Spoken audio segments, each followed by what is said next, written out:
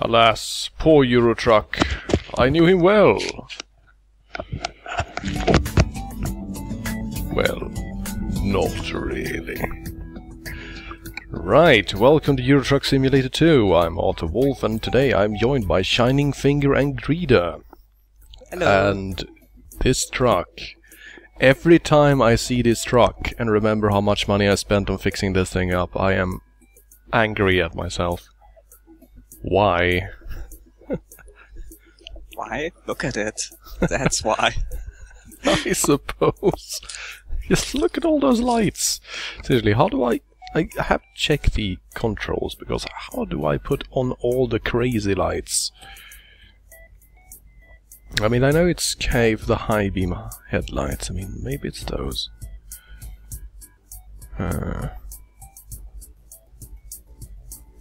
So I want to put all the lights on. All of them. I want to make everyone blind. And yes, Chazgelf, the stream is on. I'm glad you noticed. Let's see. Oh, hello. An urgent cyanide delivery to Germany. Oh god. I see. Well then. That has no implication at all. Sadly we're in Paris, so we can't take that job. What can we... we can transport diesel. Diesel to München. Alright. Well, diggers to Carlisle. That's no fun. Man, why is Paris exporting diggers and tractors? I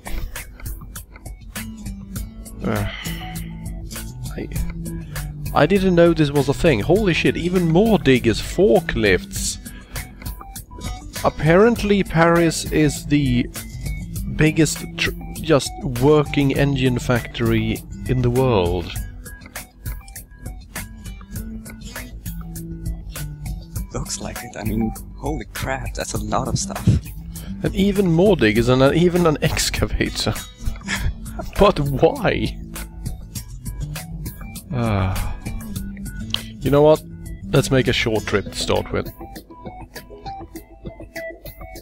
Just to get back in the groove. After all, last time I had just come back from holidays, and man, did I smash into everything!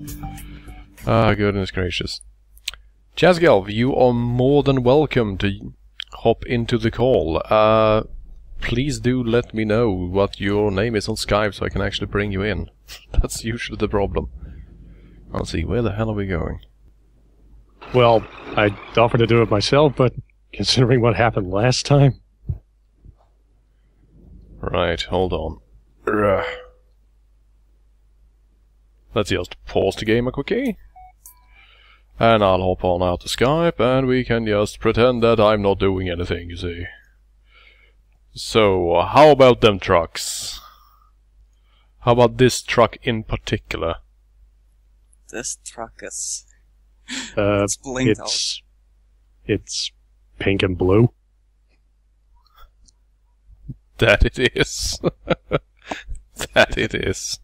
When it turns on its light, you can probably see it from space. Yes!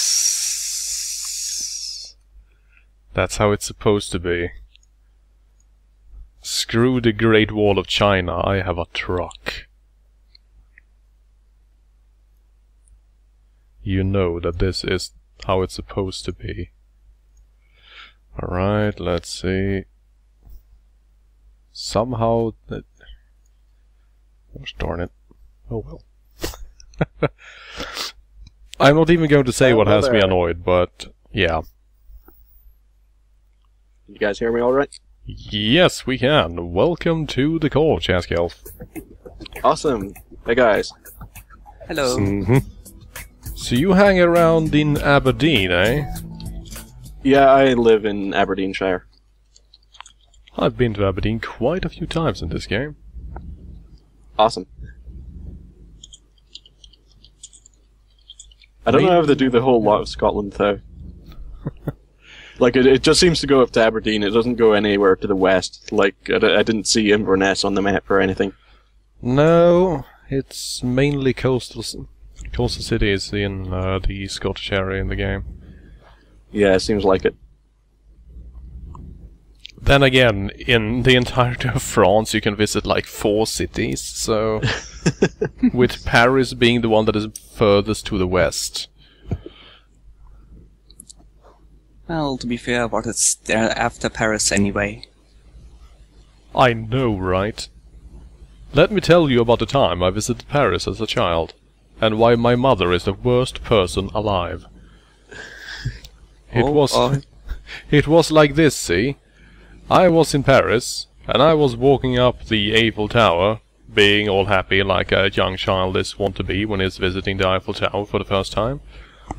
And we get to the second viewing deck. My father has a bit of a problem with heights, so he didn't want to go all the way up. And we decided to use a cell phone to call my mother back home in Sweden. Because I was all, elated to be in the Eiffel Tower, so I call her up and I go, Mom, guess where I am? And she says, the Eiffel Tower. And that just completely ruined everything. And I mean, I was completely stunned. I mean, what was I supposed to say after that? It was like, yeah, How did you do it? I totally am. Right, Mom, bye. Then I just handed the phone over to my father. And he said, did you really have to say that? And it took her a while to realize why I felt a bit, annoyed. Oh, goodness. Still, I had other excellent experiences when I was in France. My father and I lived in a very nice little forest village in the middle of nowhere. It was one of those great little actual honest-to-God villages, built around a church. And there was no supermarket or anything. There actually was a butchery and a vegetable market. And if people didn't feel like opening the store, they didn't. Nice. And the house that we were living in was next to a dog pound. So there were lots and lots and lots and lots of very happy and sometimes very angry dogs hanging around. And they would bark through the night. And late one night, I couldn't sleep, so my father and I decided that we would watch some TV. Now, what was on TV? Well, Stephen King's It, the movie version with all the episodes, and a thriller about a school class of children that get buried underground. Oh god. Oh, so just That's your dark. usual family stuff. And basically, I kept watching one until it unnerved me to the point that we switched to the other channel, and then we just did so back and forth. Well, this one's creeped me out. Let's see what's on the other channel. Yeah, pretty much. And then that's how I saw the ending to both it and that other film, which I have no idea what it's called. So yeah, there I am in France in a dark house I'm not used to, with the baying of dogs at the doors. It's completely dark outside because there is no electrical lighting whatsoever in the streets of that village. And my father is basically going, well, okay, it's time to sleep, go back to bed, son. And I'm like, Dad? Is it okay if I sleep with you just this once? And then he got annoyed and said, well, I told you shouldn't have watched those movies, I knew you'd be scared. And then he left the room. It sounds sort of like, I'm probably going to completely screw up my Greek history here, because I don't know a thing about Greek history, but it's like the Sisyphus kind of hell, where you can never get into a comfortable spot. You have to watch either one horrifying movie or another horrifying movie. You can't get away from it. Yeah, it's just... It was a perfect storm, really. And the worst thing of all is that it actually put a fear of clowns in me that stayed for years. I could never quite trust clowns after that. Then again, you shouldn't trust clowns. Seriously, look at the bastards. And here, one of my other friends in SA has just set up a post your favorite clowns thread. Dead ones. No, the only good clown is Pagliacci. Because he is clinically depressed. That is the joke, see? Oh shit! Future friend totally is a juggalo. Now you know. Now you know. Oh, that explains a lot. The truth has been revealed. Let's see. High beams! There we go. Yeah! Light it up! Oh, come on. How do I... Okay, How so do I the put on visuals for all this my game are extra really lights? Impressive. Oops, sorry. Oh. I have like a million lights. How do I put them on? You got individual light control buttons that you have to manipulate. I wish that you could actually access the computer and just take one light at a time. Oh man. Or maybe have one of those LED controllers that you could actually program so it flashes butterflies in various colors and stuff. That would be great. Sweet. I also I just noticed just now that there's actually, you can actually see the GPS on your truck's dashboard itself. Yes, you can. That is sweet. Real pros play with the only the dashboard. I have, for example, turned off the automatic rearview mirror, so I'm actually checking my mirrors instead. For added realism. So yeah, I already forgot. Are we delivering that tractor to Farming Simulator 2012?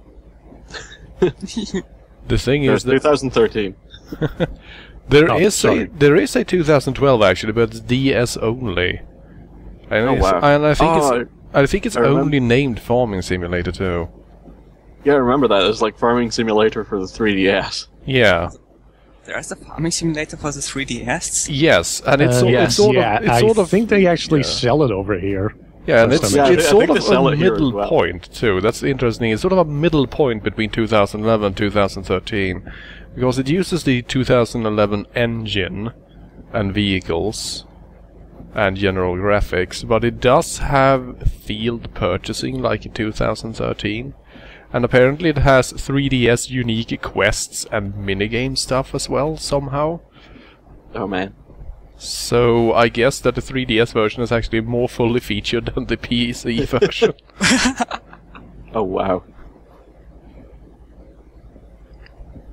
Well, you know how it is. With the PC version, you can always patch it in later and do it as DLC, but then you start working on the next game and... oh well. Oh well. And they bought it anyway, so whatever. Everyone always buys our games. We don't know why, but they do. Still, I wonder if it was made in-house or if there was actually, you know, some other company that went, you know, we would really like to make Farming Simulator for DS. Please, allow us to do this. Then again, seeing as the game sold better than any other PC game combined over the first month it was released, I guess that, you know. Nice. I did really like those European sales numbers though, because, you know, the second most sold PC game was Medal of Honor Warfighter, and then immediately above that was Farming Simulator 2K13 with twice the number of copies. And it's like, get on my level. Oh wow. Who the hell do you It's a think you are? popular game. I'm honestly more surprised that people actually bought Warfighter. That is very true. That is very true. I have noticed it on like this, yeah, on the Steam front page a whole lot. Yeah, the Farming Simulator. I can't believe I missed it when it was on sale though. I So now know. it's £20 again. Oh. So I'm kind of waiting for another sale, hopefully, to come by so I can buy it.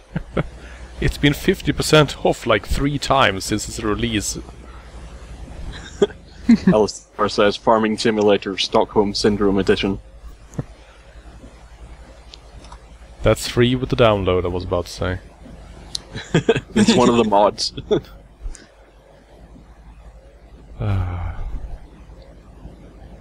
Oh hey, a TGV. Oh wow, that's cool. Hello there, train. How dare you be faster than me? Haven't seen that one yet.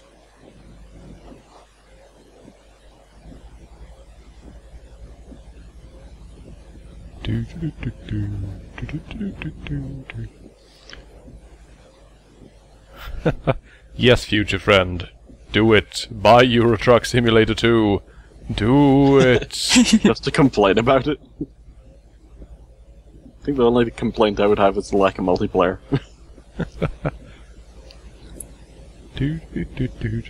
Knowing future friend, he will actually buy it. I mean, for Christmas he bought everyone bad rats. Everyone. Well, it was like what, 25 cents or something like that. Yep. So you could like pick up a dozen copies in exchange for not eating crisps for dinner. And he did that. Of course, it's future friend.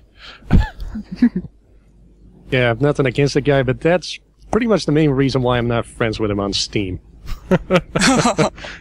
No one dares become his friend because you know that the first thing that happens is he throws bad rats at you and then he laughs like a maniac and runs off. Don't need to tell me that.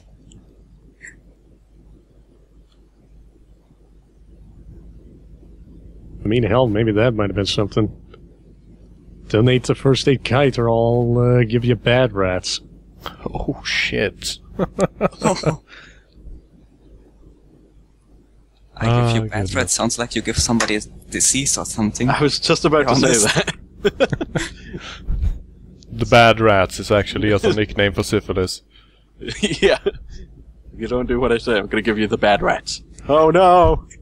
Please, please don't. I'll do anything, I'll give you all my money. A signed copy of Bad Rats, signed in the receiver's blood. A signed physical copy of Bad Rats, holy shit. Signed pact. Oh man, I need that now. I'm going to have to find the developer for Bad Rats and see if they can actually give me a signed physical copy of the game. Signed in your own blood. Yes. I'll send along a small glass container of my blood. Yeah, send a small vial. What the heck is going on here?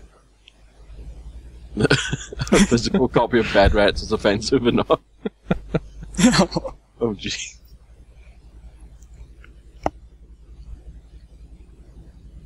Oh god, future friend, no.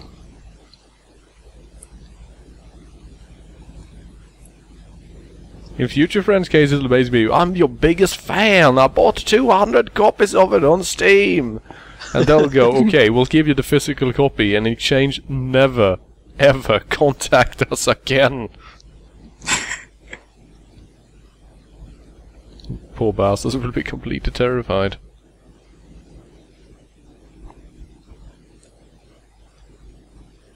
Let's see, where the hell are we? And then that day we find out that Future Friend SA was actually the PR rep for Bad Rats. They have a full-time He's the PR rep person in for charge this of one advertising game. and distributing the game. Yeah. Full-time PR rep for the one game that is being sold for 25 cents on Steam. He has his work cut out Or for if him. you- They or have to if he sell, isn't- yeah, have to sell roughly 10,000 copies a month. He has to be able to pay him. Yeah. If he isn't the PR rep already, he will be soon. Honorary PR rep, Yeah. because no one else would take the job.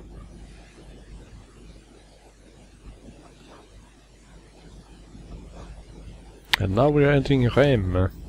Have I ever been in Rem? I don't think so. I don't know. It did say that you've just discovered it, so... Yeah. But I'm thinking more in real life at the moment. Oh. I'm trying to recall if I passed through it or not. I have passed through so many European cities in my life, I can't keep them apart, honestly. They all look the same anyway. Yeah, pretty much, after a while. Alistair, don't you mess with me when I'm trying to pronounce the names of cities in Europe.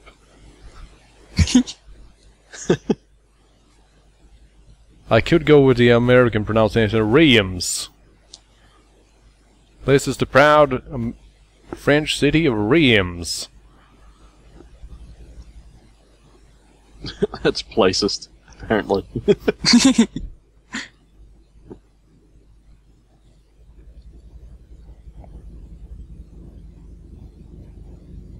The city of Reims. All the lowriders have pilgrimage there every year. It's right next to the city of hydraulics. It's actually pronounced hydraulique. Oh, okay. Sorry. Never trust anything I say. Let's see. Future friend Essay recommends that you not get her job in Rims. I see.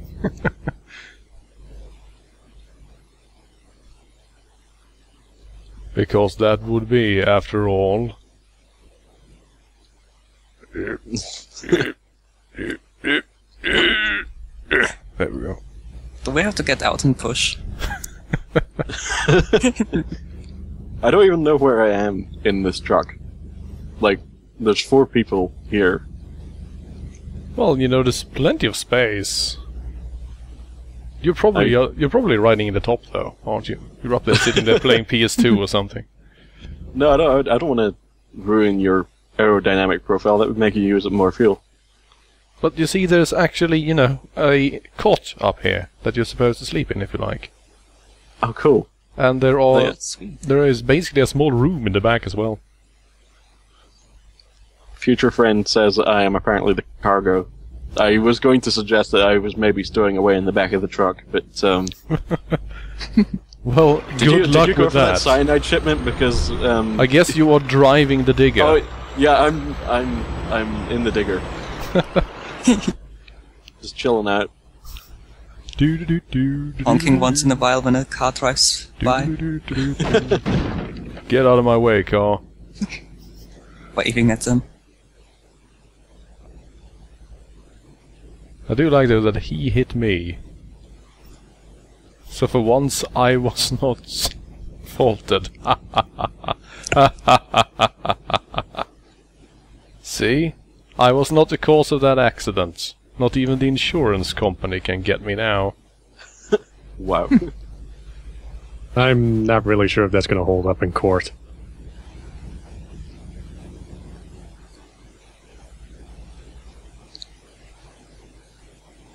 And we're here. Wait, was that place called E-Acres? Is this like supposed to be an online farm? Oh hey, good work. Nice. Good work, TM. Right. Now what the heck is going on in Rem? Or Reims, or Rims, or whatever you want to call it. I don't even care. I can barely pronounce the names of cities in my own country at times.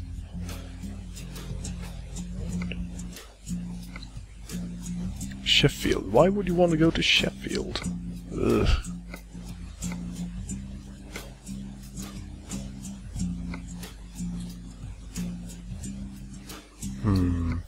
Euro goodies. That is an interesting name for a company, really. What is it that you actually sell? Well, they're goodies and they're European. Exactly. That's all you need to know. No questions asked. And of course, just a big old transport of meat. Yes, 16 tons of meat. shipment. That should hold up for dinner. Oh well, let's go to Sheffield with apples. Sweet.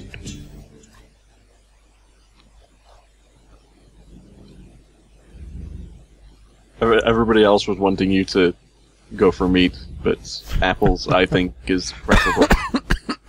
Excuse me. Because you know what they say, an apple a day keeps the doctor away, as long as your aim is good.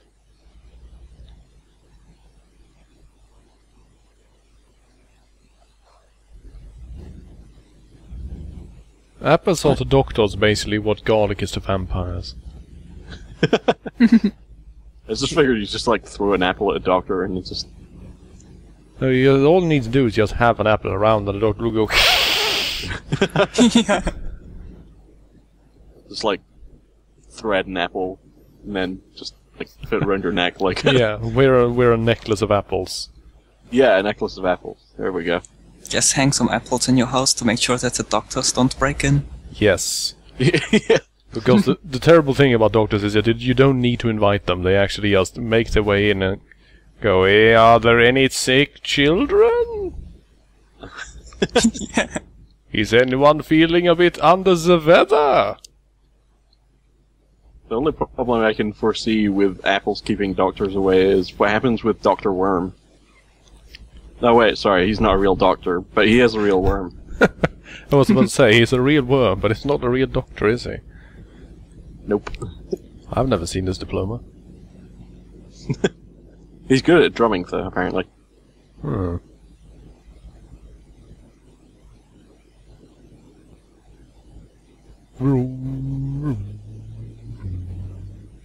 Man, driving without cargo is a nice feeling. You can go so fast. Yeah, getting to that Gotta be 90 careful. getting to 90 without having to worry about About braking. acceleration and shit. Yeah, about braking. I don't know, I think trying to drive a truck without any cargo would probably throw me off after spending several hours driving it with cargo. It's kind of like if you pick up a kettle and you think there's lots more water in it than there actually is. And you just accidentally do a backflip instead, I know. Yeah, exactly. Use more strength than you actually need and you just... water everywhere. But in this case it would be truck everywhere. There's truck everywhere, oh! It's all over me. Little known fact, trucks are actually liquids. Exactly. If you disturb them, they will explode in every direction and just cover the landscape. This is called an explosion. It usually happens when the gas catches fire. Yes. Or when explosives are being transported. And there's a bit of an oopsie. Is that the official term? Yes, the official term It's...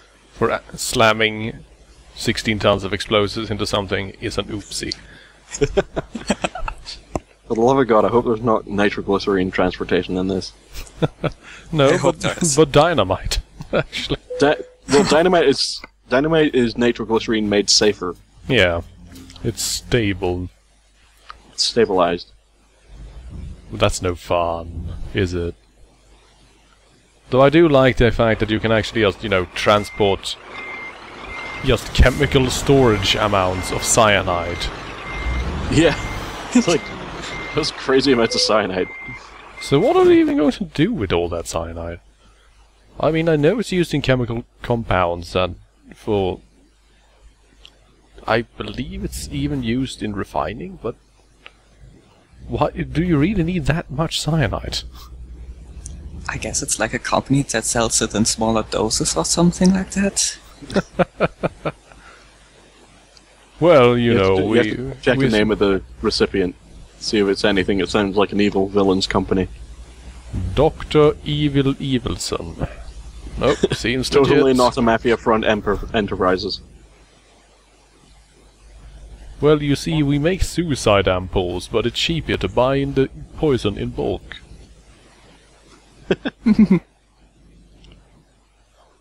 That's only economical. Yeah.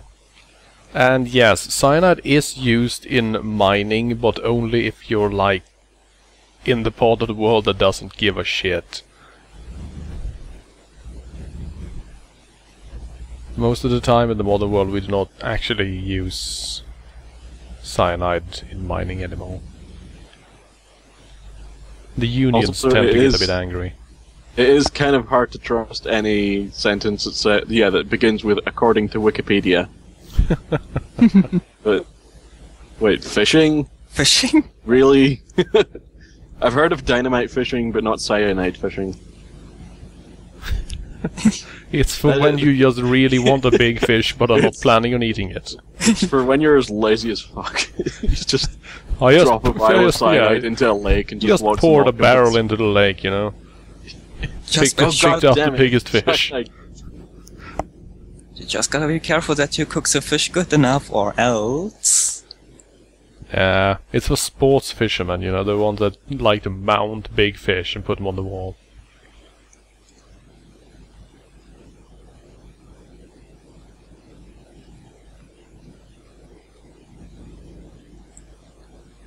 I see, the cyanide is used in a very gentle mix in order to stun the fish. But it's of course still incredibly hurtful for the environment and the ecosystem and the fish and all the other animals, but guess what? No one gives a shit.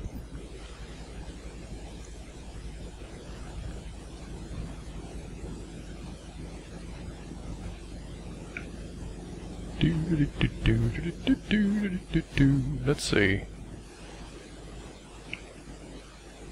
Is it a possibility that we can refuel up here? Or else we really do have to push. I don't think it will be quite that bad. We do have some fuel left.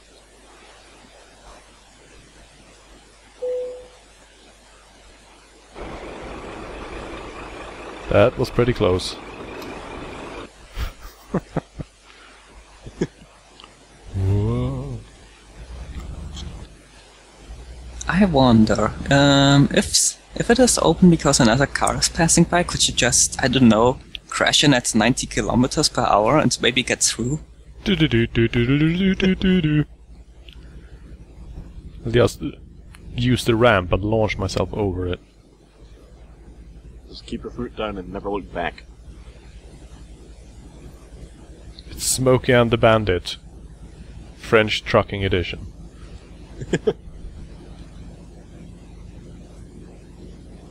Out of the way, guys, I've got some urgent delivery right here. Apples. There's a doctor invasion in Sheffield. Yeah. They need all the apples they can get. Dawn of the Doctors. Oh, good one. Jeez, someone is actually making good jokes on my stream. This cannot My be God. allowed to pass. Oh god. I've been found out. I was prepared for this, oh god, good jokes. Sorry, I have to get out, sorry. I literally cannot handle this. Oh god. I am smiling against my will. What have you done to me? Oh no. What is this funny tingly feeling, oh god? Why is this happening? I have triggered strange and intimidating or scary sensations in people, apparently. And also, I'm sorry, I wasn't really paying attention here. Are we talking about puberty? Yes. Yep. Comedy I puberty. guess. Yeah, comedy puberty. It's what you see in every movie that has a teenage protagonist when they are basically borderline retarded because, you know, haha, they're 15, haha.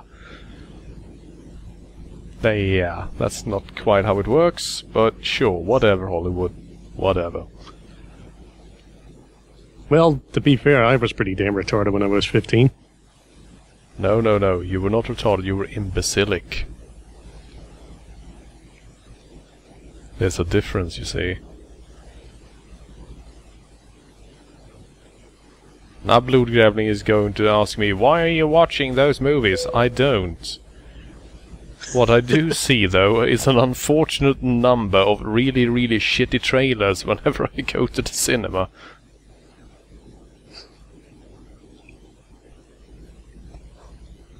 Okay, we're getting to be a bit short on fuel, and I don't really see any refueling opportunities nearby. Is this the end of the track? Now? Just sort of...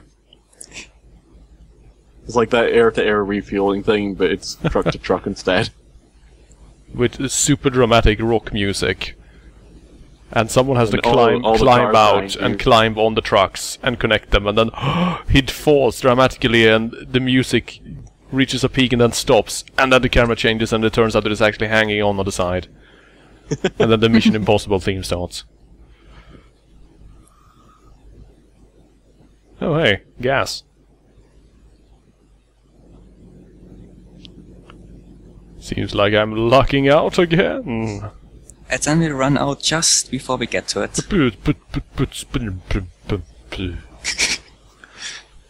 Like meters in front of the thing that we have to stand on. The funny thing is that there was this driving simulator when I was supposed to take my driver's license. And it actually had a scenario like that you had to drive carefully and get to a gas station on time because you didn't have any gas. Oh wow. And the silly thing is that you literally had to park by, you know, the pumps, or else it was automatically a failure. So some of us would get so that we were like 4 steps from the pump. And then it would basically go to the failure screen, and it would be a guy walking with the saddest look on his face with a empty dunk of gas down the road. And I'm like, wait a minute, it's right there. Wow. It's right there. Why would you... I guess he feels too embarrassed that he didn't manage to get right next to it. Yeah, so negative enforcement. He has to walk along to the next gas station over, even though he's parked right there. A failure is a failure. Accept the onus of guilt. Too ashamed to show his face in that gas station in particular. He just gets out, and it's not like I was planning to pump gas here anyway. And he just walks off. The attendant looks out the window and shakes his head and thinks, what the hell is going on? He shakes his head and goes, that is one sad failure of a man. Damn it, Alistor. Sorry, Mario, but your fuel is in another station. That would be the worst. You actually roll up with your truck and a toad just comes out and goes, well, sorry, trucker. And you're like, I am going to murder you. And then I'm going to wrench your head out, and hopefully it will contain enough fuel to get me to the next station. I don't think toads would make very good truckers, because, you know, given how small they are, they're gonna have a hard time reaching the steering wheel and the pedals at the same time. One would be standing on the seat and steering and yelling commands at the one exactly. sitting below. You guys push the pedals, I'll steer. On the other hand, they are incredibly energetic, I have to say. I mean, they're always super happy, smiling and staring with their eyes wide open. They don't even blink. They're too afraid to blink. Because they're always driving trucks. Everything in the Mario universe has got eyes. They're too afraid to blink. Everything also kills you if it touches you. Yeah, even the sun. Even the sun.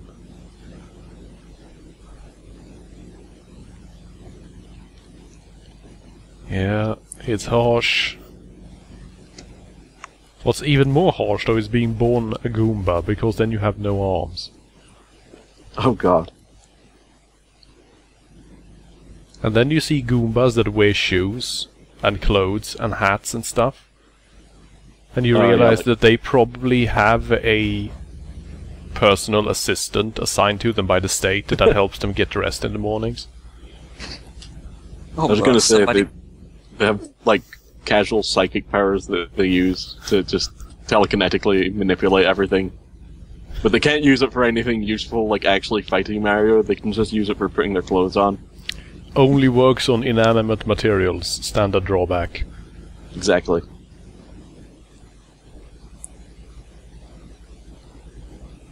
The physics of the Mario universe. What the? Oh, what a horribly dark place it is. And here's this guy. That guy is a cool guy. Passing a truck in a curve when he has no free sight. Wow. Godspeed, asshole. Godspeed. What a dick. I had such a guy, and it was foggy as all shit too. Just even more hilarious if you can't even see past the truck you're passing by. People in general that just feel that they have to pass you are great. They just pass you, then they don't really accelerate. They just, you know, put themselves in front of you and then they keep driving at the same speed. And it's like, okay. Sure. He was passing you on double solid lines too, wasn't he? It looked like it anyway. Yep. That Serious is. asshole move right there. Let's kill him. Let's just hunt him down with our truck and crush him. Trucker rage mode engaged. Just pass him by, and while on the road just drops a cargo right in front of him. I can tell by your arrogance that you're probably a doctor. Take this! And we just open the bag. Hundreds of apples. Various current apples. A slow dramatic zoom in on his face, and as he goes, no! And then the apples just crush his car and it explodes. Just an onlooker goes, yeah, an onlooker just sees all this happening. It's like, man, that guy was bad to the core. Yeah!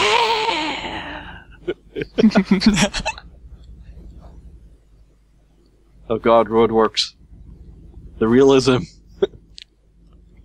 Actually, it's completely unrealistic. There are not like 30 people standing around doing nothing, being in the way.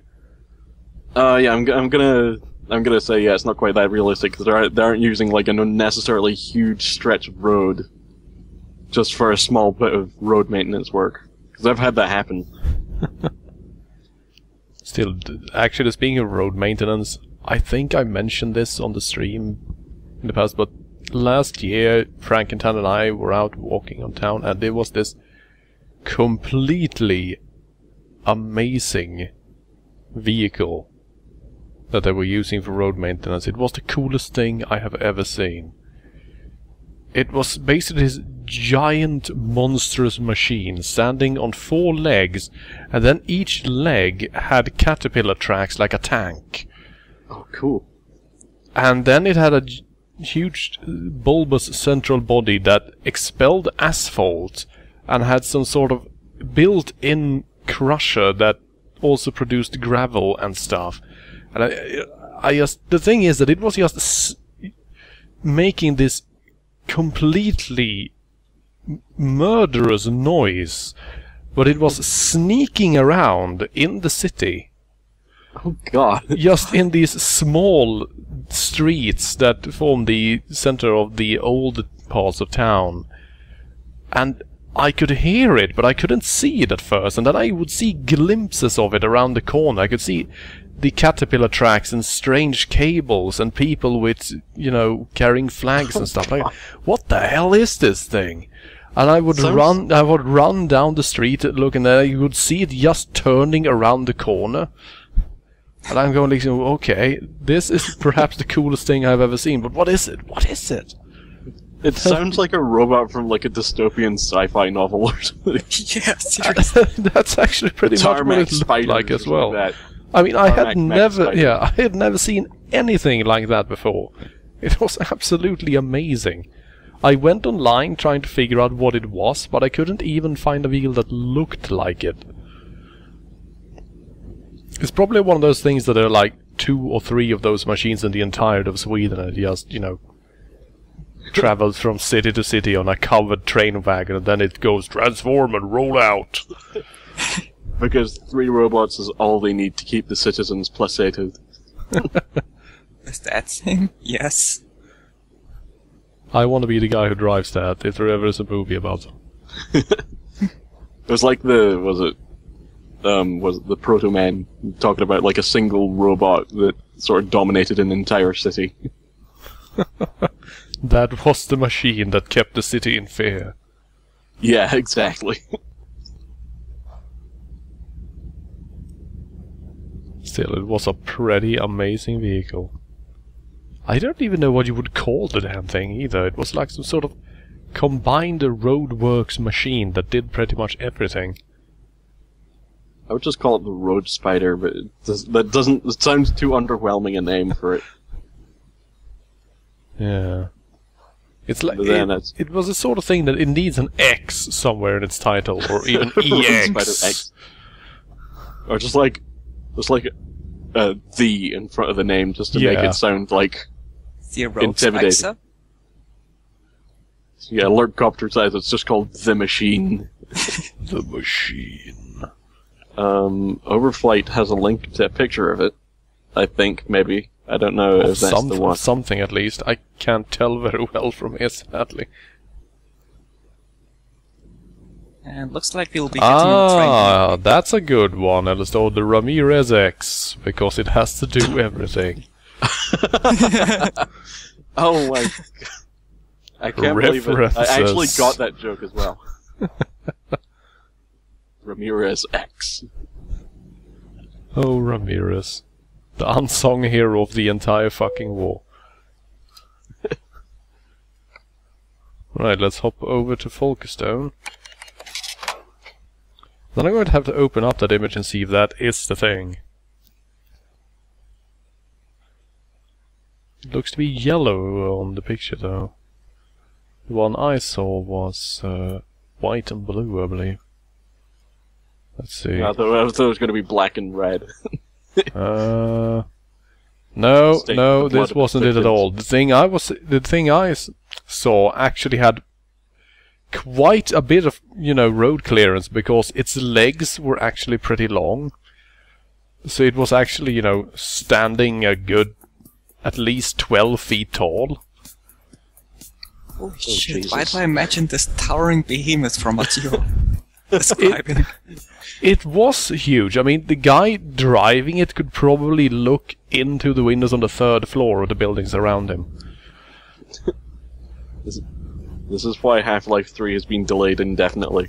Because the Combine are already having here. nightmares about this machine. The Combine are already here, just waiting, watching.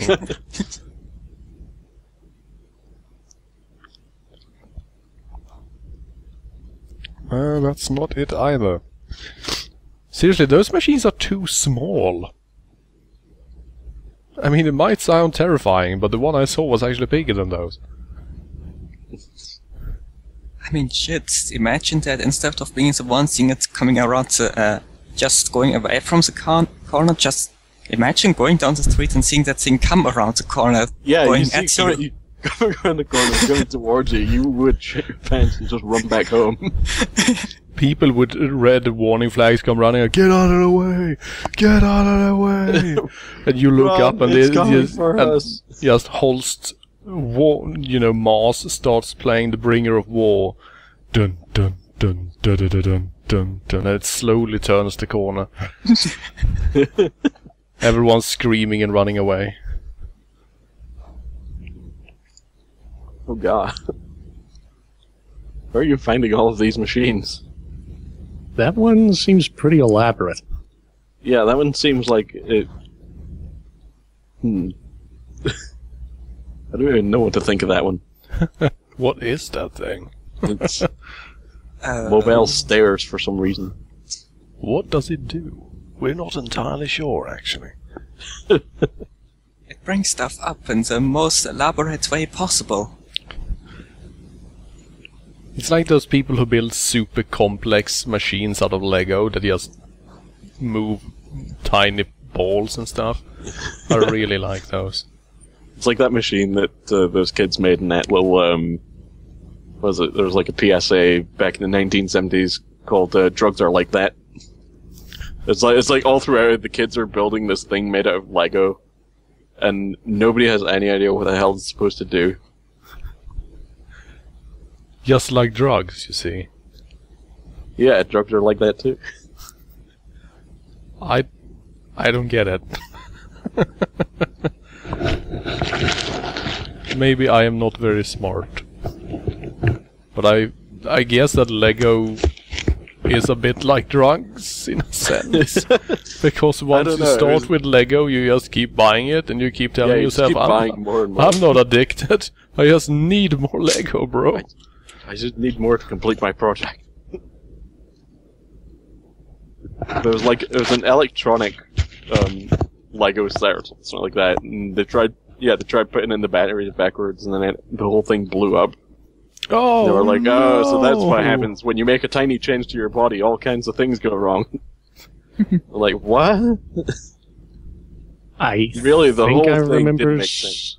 I think I remember something similar to that, but I think they called it Connects or something like that over here. Oh, Connects. Yeah, Connects is awesome. yes. It's all kinds of sticks that you stuck together.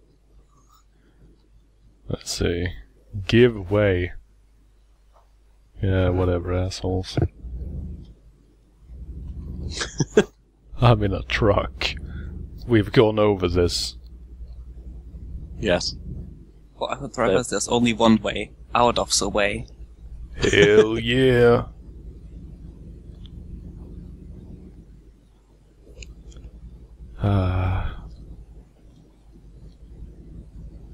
We never really had much in the way of drug PSAs here in Sweden.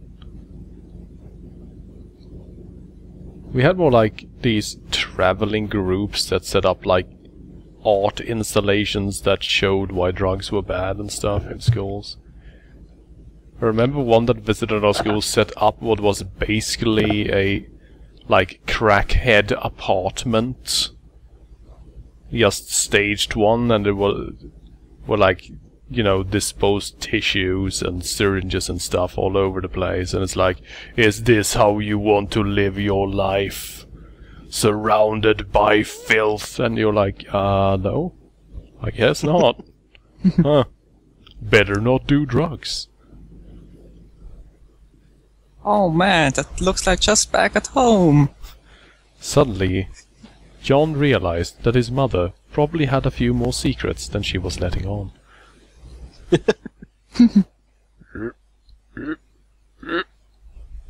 Uh-oh. This doesn't seem... Oh god, did we get stuck? I don't... We're fine, don't worry, citizens. And then you knock over the lamppost. The lamppost is not part of my delivery, so that's not my responsibility at all. Ha ha ha ha. God, I hate these tiny on and off ramp roads. I always get stuck.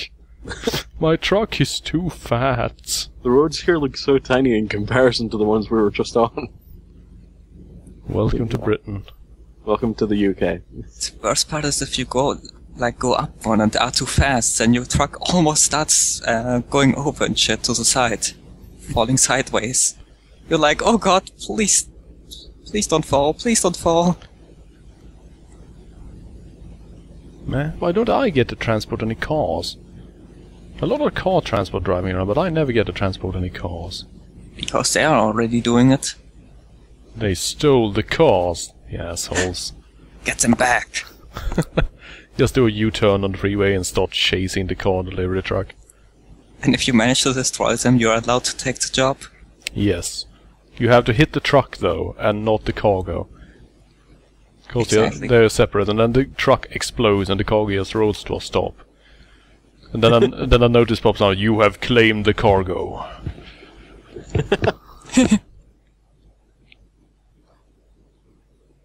Road Cargo Wars retrieved. 2013. See, all this is why I would never do any good if I actually did drive a car in real life. I could just sort of sit as a passenger, terrified.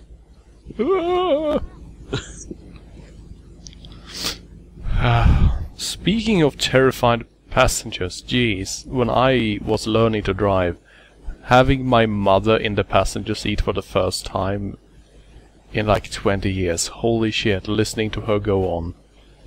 Probably the most stressful moments of my life. My father does not have a license, you see, so he never drove.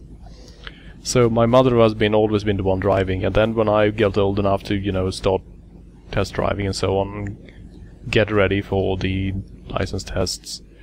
My mother and I went out driving, and she had to sit in the passenger seat while someone else drove for the first time in like 30 years. And every time the road would get thin, or we would take a turn, or there would be another car, she would do those ooh noises. Be careful, you're driving very close to the side of the road. And I'm like, Mom, I'm basically scraping the left side of the car against the midst of the road here. I can't get further inside. Oh, I think you're very close to the side of the road. But I guess that's actually sort of good training as well, because guess what? A lot of the time when you're driving, your passengers will be assholes. Future friend essay is saying that all this newfangled technology is too much for me. I don't know what to think of that. I mean, I like me some technology. I don't like being in cars a lot unless there's like, unless my dad's driving, then I'm okay with being in a car. Because his father is insane. If it's like anybody else driving the car, and I will, there will most likely be, I guess, scrape marks from where my fingernails are dug into the dash, or just. Oh god! Oh god! He just reminds me of riding with my father's best friend, who actually is a truck driver. And has been a truck driver for decades. He has driven so much that he generally steers with his knees. Oh my god. And just, he doesn't even look at the road most of the time. He's like driving by feel. He's reached that sort of Jedi-like ability where he knows where the other vehicles are by ground vibrations and shit. So he'll be looking straight at you, talking to you, doing something with his hands while driving with his knees. And you're like, okay. I don't feel perfectly safe right now. Would you mind putting your hands on the steering wheel? And then he'll get a bit annoyed. It's like, what? You don't trust me? Then he grab onto the wheel and look really, really sullen. It's like, No, it's just drive with your hands. Do with your hands. I'm glad I'm not a passenger of his, because I think I probably would have died of a heart attack well before we had got anywhere. He's a really interesting man, though, because he was part of setting up a company that drives trucks and has trucks of their own. And he was just supposed to be an investor and then not do anything. But he is so worried because he doesn't trust all the young people that they employ, so every time they need a driver, he'll basically jump in and go, I guess I'll better take care of it. And there's no, we have 3 drivers. I guess I better take care of it. And then he just jumps in the truck and drives off. And they're like, okay, well, I guess you're getting another free day off, John. Time for me to step in. Yeah, that's basically what he does. He says that every morning. I guess it's time for me to step in. And he hops into a truck that someone else was planned to schedule to drive, and they're like, oh, well, sure. Whatever, boss. Do whatever you please. Snatches the key away from their hands. Snatches the key, jumps in the truck, drives off with his knees. Oh, goodness.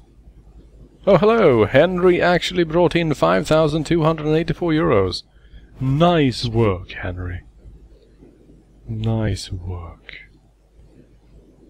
Ray, you actually made money, Henry. Good job. You actually did your job. Now then, I wonder how much we will actually be paying him in salary as he's driving back from the job. Actually, let's not think about that. Yeah, actually. Overflight, you are partly right. A lot of the time the UK is cloudier than this, but there are some days where we get clear skies. Can't say as much for Scotland though, but I mean the weather up here is usually unpredictable.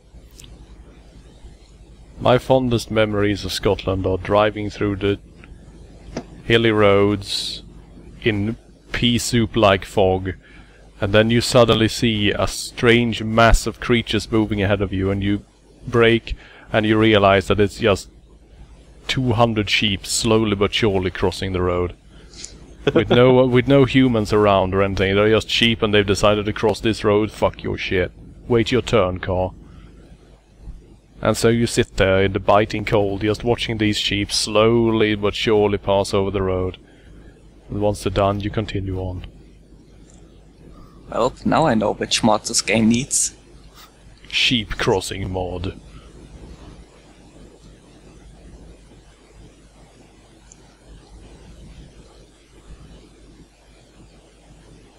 Well, actually, sorry to get completely off topic here, but Overflight a while back mentioned something about a robot slasher movie. I think I might have seen something like that. At least if I'm thinking of the right one, I think there was something called Evolver. Wow. Yeah, it was basically about some toy robot or something that some kid apparently won during some contest, and apparently decided to learn various things, and then eventually he just ended up started killing people. There you go. And he was apparently voiced by William H. Macy for some reason. Huh. What is it with robots and them wanting to kill all of us once they learn more about us? Beep boop, I represent technology. Beep boop, too quick advancement will mean the end of mankind. Beep boop, remember the Cold War. And that's basically it. Well, again, when we're talking about robot slashers, again, I'm reminded of the Proto Men, because the one robot I was talking about that placated the entire city was called the Sniper. But for whatever reason, despite being called the Sniper, he used a knife a lot of the time. Yep. He was being misleading, see? You were keeping an eye to the rooftops, and then he emerged from an alleyway. Ha ha! Yeah, he emerges from an alleyway and tries to stab you with a knife. Didn't expect that, did you, asshole? And yeah, I guess maybe he's the knife sniper. He has really mastered how to throw knives, and he just arcs it a few hundred yards when you least expect it. It's like those tomahawk throw videos in Black Ops, basically. Oh god. Ballistic knife. Yeah, just spawn, throw it over a roof and get a kill. Scoped throwing knives. Yes. Hell yeah. And now Overflight mentions that one movie, Maximum Overdrive. I definitely remember that one. Oh shit, son. Mostly the part where, pretty much, I don't know, some sentient steamroller decided to kill a bunch of kids. Oh god. It's like Grimm's Cautionary Tales, only on a modern Grimm's take, with safety PSA. steamrollers. Well, I don't know, the only thing that seemed was missing was Dio. Everything that does not have Dio, Mrs. Dio.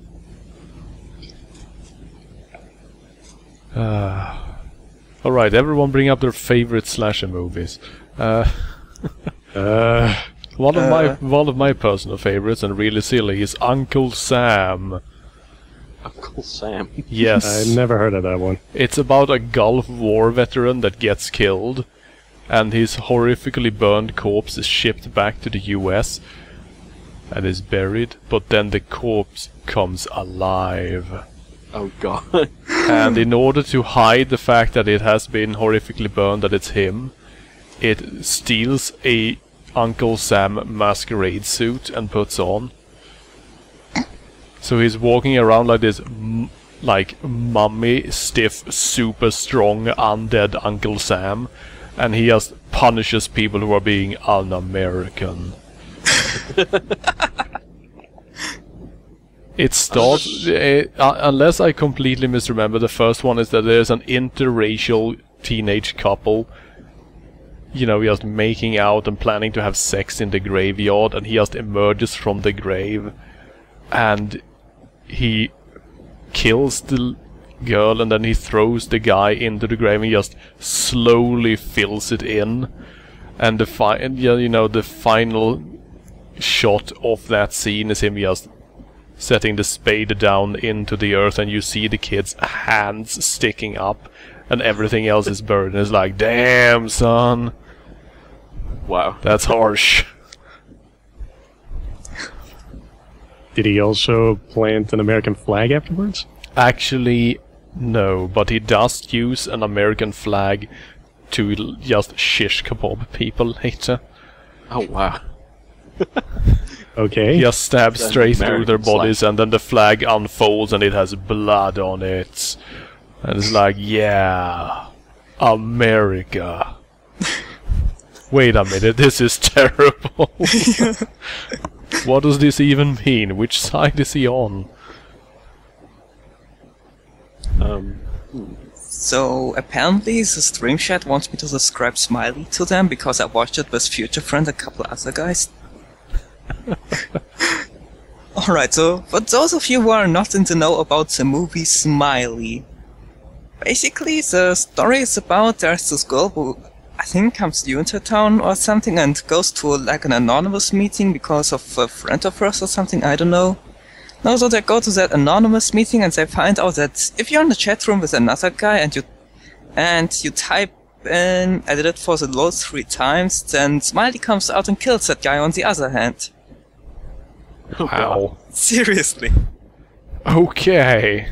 If this was true, 4chan would be killing millions every day. Alright, so the movie goes on and she tries to like stop this has this weird feeling and apparently gets stalked, but does not get stalked by Smiley. Like, does the bullshit horror thing of, oh god, it is going after her, maybe she's getting killed. Oh no, she imagined it. Or did she? Oh god, here is it again. Oh god, oh no, wait, it was just a dream. But no, wait, it is there. Oh god, no, it was another dream? Like, seriously, it did the most scare thing like 10 or 5 times in a row. And then for a couple of minutes there's just boring exposition and shit. And then again, oh god, scary things for 10 minutes, oh god, always scared, jump scares and stuff. And then boring again. Oh. And so she tries to stop that whole smiley thing with a guy she met at the anonymous meeting called Pedo Bear. Like, seriously, God. that is the nickname it goes. Seriously? Yeah. Wow. Like, it is amazing. Like, yeah, seriously, the anonymous meeting was a 4chan meeting. And that guy appears, and the other guys are like, oh, hello, Pedo Bear. And he The just hell looks did you like, just call me? Apparently the reason he got it was because he ratted out another guy who was actually pedophile. I don't know. So yeah, shit goes on, and after a while the girl gets like attacked at the house, and she accidentally apparently shoots her friend because she thought that he was Smiley, but he was not, and gets attacked by Smiley, and she runs through the whole house until she's like at the top floor. When she gets attacked by a whole group of Smileys out of nowhere, she jumps out the window and pretty much kills herself. And then everybody, then all Smileys take off the mask and turn out to be the anonymous guys and are like, oh man, that was fun, haha, we sure showed her by making her kill herself because we actually made all that shit up. No women on the internet. That'll teach you. Well, the friend of that girl who's also a woman was actually in on it too. And part of the bullshit. God damn it. Wow. And the best part is I was hoping that maybe this was a really, really, really scathing social satire of, you know, patriarchal domination of the internet and how women are ostracized by many male-dominated IT communities, but nope. Nope. Just a group of morons killing people because it's fun. Yep. Oh yeah, and then the actual end of the movie, like everybody laughs about it and shit, and the guy who orchestrated all of it is in a chat with the girl who was the friend of the girl who killed herself. And they talk like, man, why did you do that? And man, you know, I kind of feel bad about this. Oh, come on. We know why we did it. I kind of feel bad about murdering my friend, you know. Yeah. Yeah, and then he writes, you know why we all did it. And then he writes 3 times, I did it for the lulz. She's like, oh god damn it, not this again. But then she gets killed by the real Smiley! Oh my god, the monster was real! And then the movie ends. What a twist. Talking about internet horror things, I remember I don't know how many people will remember this, but there was a thing back in I can't remember what year it's back in. Sometime around 2004 or something. There was a thing Dark called age of the internet. Yeah, there's a thing called the Red Room. Oh, which is, dear goodness. Yeah, it was this thing about a haunted pop-up that it pops up and it asks you, "Do you like?" and then it sort of cuts off. And if you try and close it, you die the day after. And this guy tries to look it up, but he can't find anything. So he just gives up and he starts looking around at his usual websites. And then the pop-up, appears. And he tries to close it and it keeps popping back up. And then it says, do you like red? And then, do you like the Red Room? And then there's something behind him. But apparently, the day after, it says that a couple of guys committed suicide painting the rooms red with their own blood, or something like that. It's all this seems legit. really weird stuff. But here, the creepiest part is they programmed this thing. It's like a little Flash movie type thing, and whoever made it was an absolute dick because they programmed it so that at the very end of the film, the actual advert, the haunted advert, pops up on your browser. Dun, dun, dun, dun, dun. It's like, oh my god. Now see, that's sort of clever at least, because that's what the internet is for. I like it. It's slightly inspired at least, instead of adding a screamer randomly in the middle of the movie. Yeah, it was kind of like a shocker type screamer thing, but at the same time it wasn't, because there wasn't any loud noises or disturbing images. It was just, oh hey, here's this advert that killed this person. Hi. Sup. Sup. Now, for internet trivia, one of the first chat rooms ever opened in Sweden, one of the very first chat servers was actually called the Red Room. Oh god. Oh. It was, of course, named after the book by the Swedish national writer August Strindberg, but still. And you probably have no idea who Strindberg is, so let's just drop that. Unfortunately not, I'm afraid. Let's just drop that right there. But it's back in the subject of slasher movies. I don't know if I have an absolute favorite one, because I've seen a few of them, and I'm not going to say the obvious ones like Friday the 13th, because everybody knows those ones. One of my favorite ones was it's either Deep Red or Profondo Rosso, depending on where you come from. And it was about this psychic lady giving a performance, and she gets murdered, and yes, she well, didn't see course, that coming. Naturally, I kind of forget the plot. I kind of forget the plot in general, but there were some fantastic deaths in that movie. Like there's one guy who gets his leg caught on the edge of a truck or something like that, and he gets dragged along for half a mile and gets impaled with all these random things before he eventually gets thrown off the truck and dies. It's like, what? That just went way over the top. Oh no, that truck driver is taking a shortcut through the nail storage. Oh no! And the ending was pretty good as well, because the killer tries to escape by going in this old service elevator, but they're wearing this fancy diamond chain type thing, and the chain gets caught in the elevator, and they slowly get their head cut off by it. It's like, oh my god, what the fuck? Gore is its own reward. Yeah, exactly. There was tons of gore in that movie, but apparently got cut out in the American version, which kind of sucks. But the original Italian film was amazing. Fuck your turn signals, Blodjävling. I know where I'm going. That's enough. This game has turn signals? Well, of course it does. Oh. It has everything. Maybe I should use those. Nah. You're right. The only button you need is a honk button.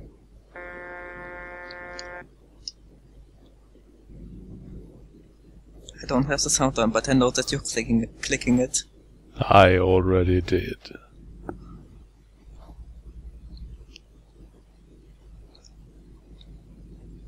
Whoa. Yeah, honestly, I don't really know much about slasher movies myself. I think I've seen so many of them that they kind of started blending together. Yeah. Just like Eventually the you see blood. so many of them. It's just kind of the same idea, you know. Yeah. So, cocky teenager guy, he gets killed. Guy and a girl having sex, they die, of course. Actually, if there is a black guy, he's guaranteed to die at some point. Yeah. Or he's going to stay alive just to be edgy and all that. Just to be edgy. Yeah, I think even I remember watching some movie with like killer sharks or something that suddenly go out and the black guy at the end was like, "Aha! Holy shit! I made it, despite the fact that I'm black." Crap! Take that, horror movie cliches. There was I mean, you know, like the classic was it Night of the Living Dead. It's like the black guy survives all the way to the end of the movie, and then he ends up getting shot because people think he's a zombie. White people shoot the black guy. Topical social commentary. Oh yeah, it was Deep Blue Sea.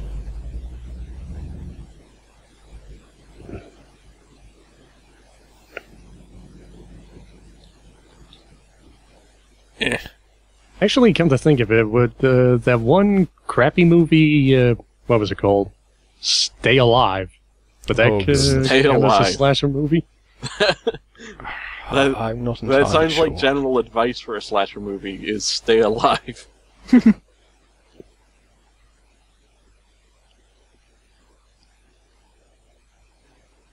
I don't know, really, the only thing that I can remember about that movie was that it starred that one guy from Malcolm in the Middle.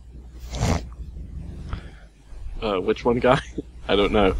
The one who played Malcolm last time I checked. Oh, okay. I don't know, I think I would have probably remembered the movie better if it starred Malcolm's dad. Oh man, yeah.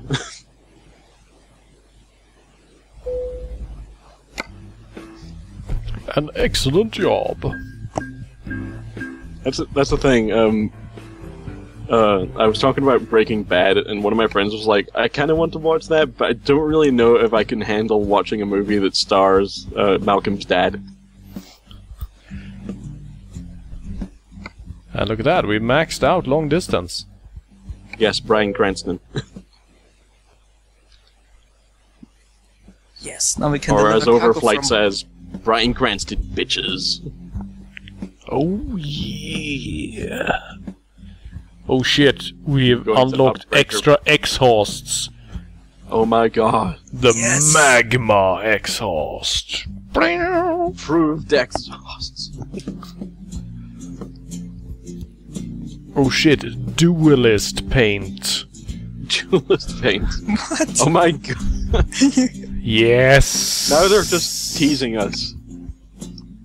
Should have like a duelist paint job and then like play multiplayer truck jousting. That's how you unlock multiplayer. You need to put your truck into duelist paint, and then you can invade other players. Oh my god. Invade other players' worlds and take their humanity. No, wait, wrong game.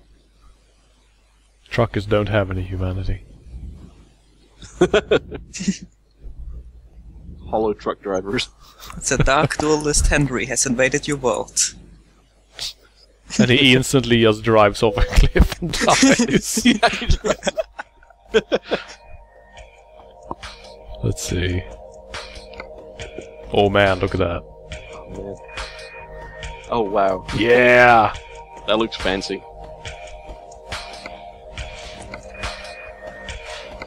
That is very rad, actually. Telesaur says truckers are hollow by default.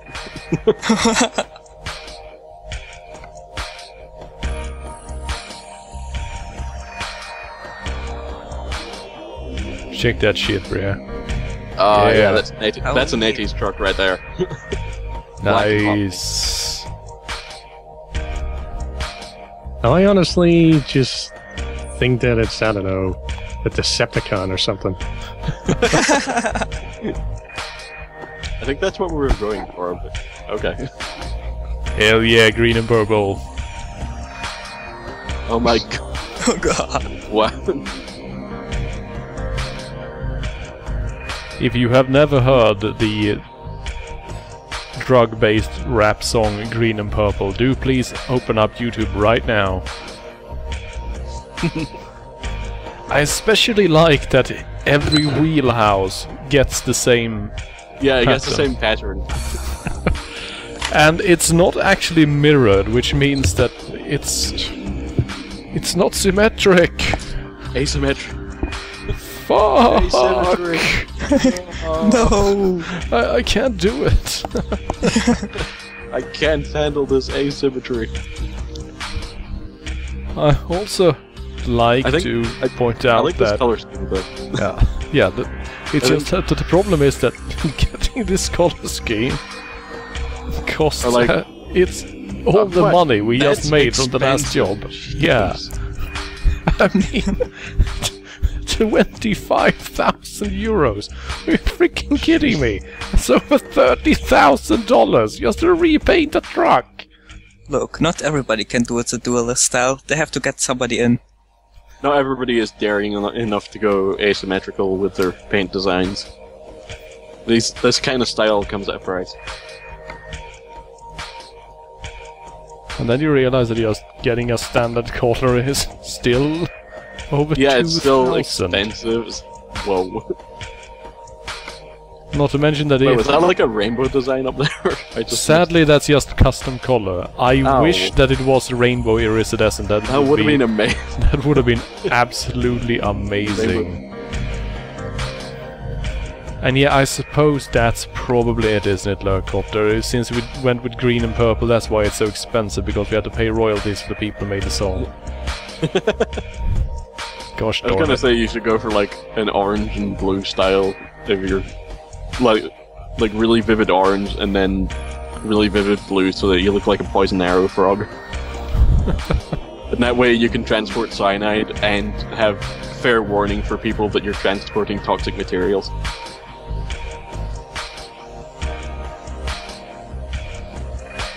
Where my gold at? Sweet truck.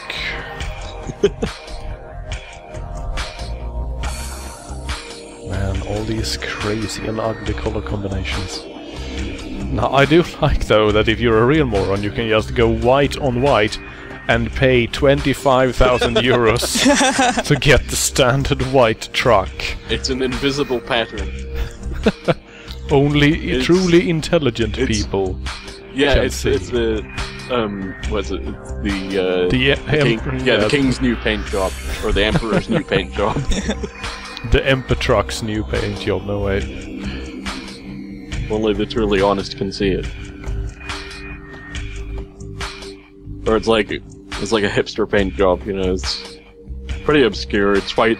It's white with white stripes. You've probably never heard of it. It's all the rage. In places that aren't here, you see. It's all the rage elsewhere in Europe. And as Overflight brings up, some crazy woman crashed a train in Sweden. Well, it's not so much a crazy woman as I suspect a train driver that wasn't quite paying attention. If you hop into the post your favorite funny pictures thread, right at the end, I think, I mean it's probably a few posts back by now, but I actually posted a Google Maps view what the train track looks like at where things went wrong. And if you take a look at that, you'll probably realize why I'm not surprised that something did in fact go wrong. To describe it for those of you who don't know what post your favorite is. Oh, here we go. Yes, yes. This is it. This is it right here. Ow, my eyes. The railroad track basically just ends. Yeah, I see it now. It just ends. And then there's this tiny little incline that I guess they thought, well, if they don't break enough, it'll just, you know, slowly but... And then it will roll back down and everything will be fine. Except that this lady, okay, apparently the news claimed the train was stolen. Okay, so basically someone tried to do a GTA and decided to launch the train using that incline.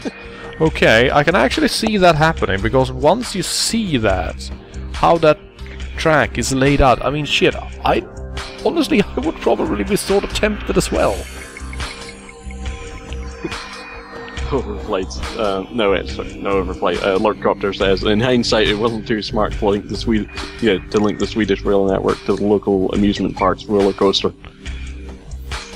Well, with how terrible the former state railway is at actually making money, I wouldn't be surprised if they made a deal like that in pure desperation, because holy shit. Oh god. Let me tell you about the Swedish State Railroad. SJ is Statens Järnvägar, the state railroads. That aren't actually the state railroads anymore, they're a private company now. They basically have a monopoly on some of the most profitable routes in Sweden. And they have been hemorrhaging money ever since they were privatized. Other rail companies have started up in the meantime and are making money, but the guys that have all the expertise, all the good drivers, all the excellent equipment, all the, they have everything on a silver platter. They have been consistently bleeding money so badly that they have already had to be bailed out twice.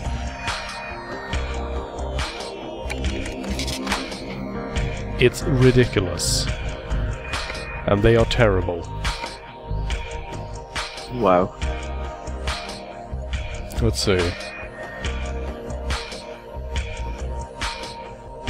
So, how does this improve?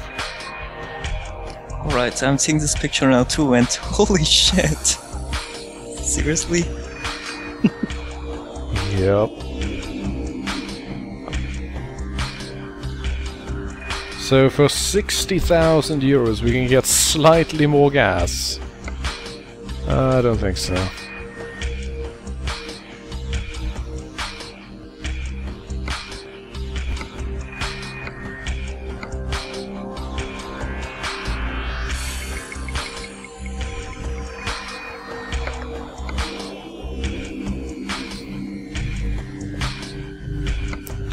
Right then.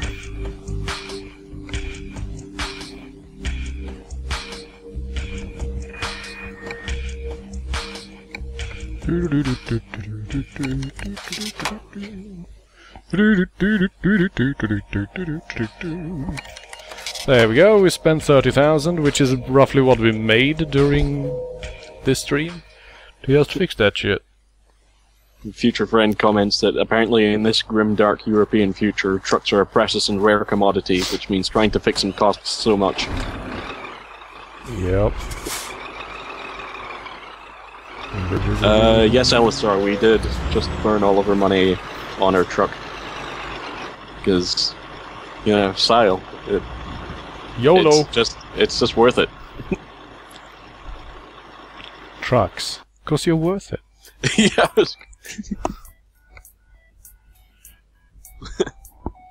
Maybe They're still looking for some idiot to move that cyanide. Yeah, let's transport some poison. From Slovakia, just to add insult to injury. At least you're not bringing it over here to Aberdeen, because I'm not quite sure what we would need with it. Oh, I think you know. Let's see, let's bring iron pipes to Edinburgh. Okay. Sounds reasonable. You need them for fighting, I guess. Hooliganism? Hooliganism. No, that's for Glasgow. Well, No, they ship them to Edinburgh and then the Glasgowians head over to pick them up. No one actually ships to Glasgow anymore.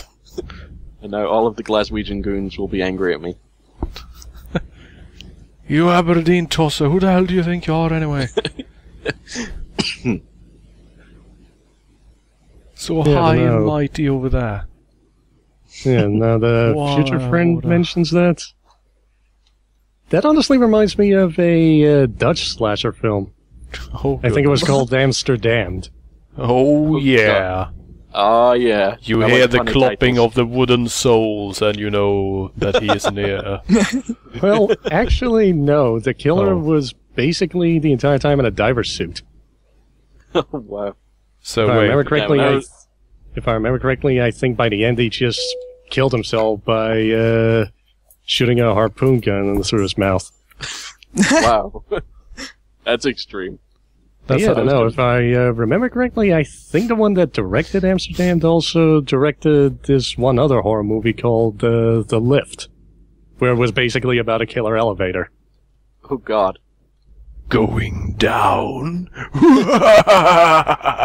See, I still like the idea of having a Dutch killer that uses like wooden shoes, just because it's like maybe they'll have like wooden shoes with hidden blades in them. And they're just like they slash somebody's jugular, and then the crime investigation guys come up and they say it looks like this guy suffered a case of clogged arteries.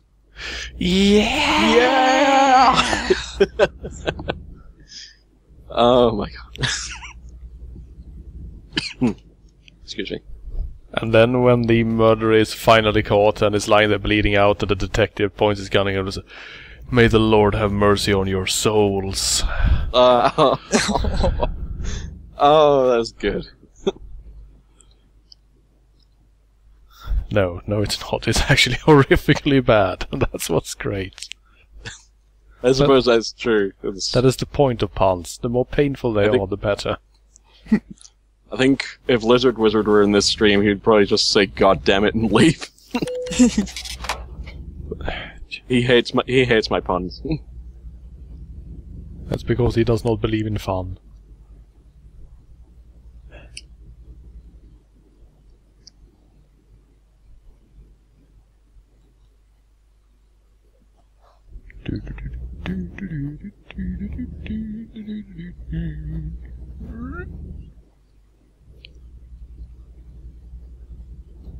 So, still go on about slasher movies, or do you think it's time to move on to a different subject? Well, we're on a different job now, so we have to change subjects. That's how the trucking works, Yeah. Okay, One subject per job. We have a schedule to keep after all. let me think. How about that statuette for Dead Island Riptide? How about that bust? Okay, so what, bust? basically, I think I for missed something there. Yeah, for those who are not aware, for Dead Island Riptide, the sequel to Dead Island, if you get the Super Mega Hyper Collector's Limited Edition, you get a female torso with its arms and head cut off. With, Wow. bloody stumps and everything. So basically a pair of tits with bloody stumps attached. And they said that they wanted to compare it to the Venus de Milano. Oh god. Now, here's the God thing. damn it. This is, of course, brutally sexist and absolutely Yep. disgusting in its own regard. But then when you realize that, in the first game, the black female character that you could play originally had a skill called Feminist Nazi, or was it Feminist Whore? Something like that, at least. And the Asian lady you could play as did not actually have underwear. God damn.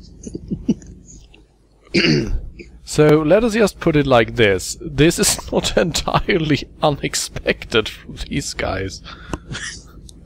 Oh god. Misogyny at its finest, apparently. Yep. Oh, now, Lurkop, the Dead Island was not a shit game. It was hilarious in multiplayer. It's not a good game, but it is a hilarious game.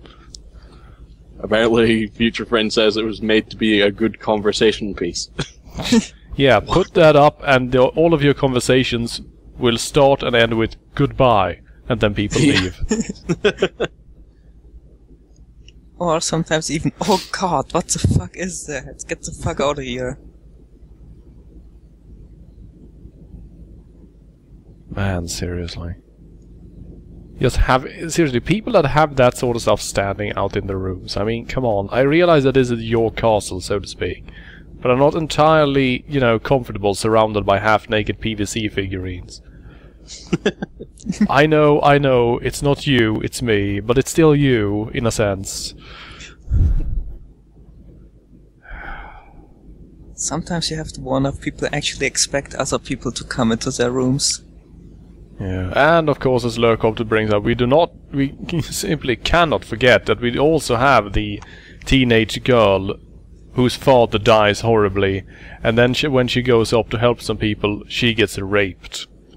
God damn. And then you basically pick her up and go, oh, well, weren't you a silly Billy for getting raped? See, you should have done what we told you.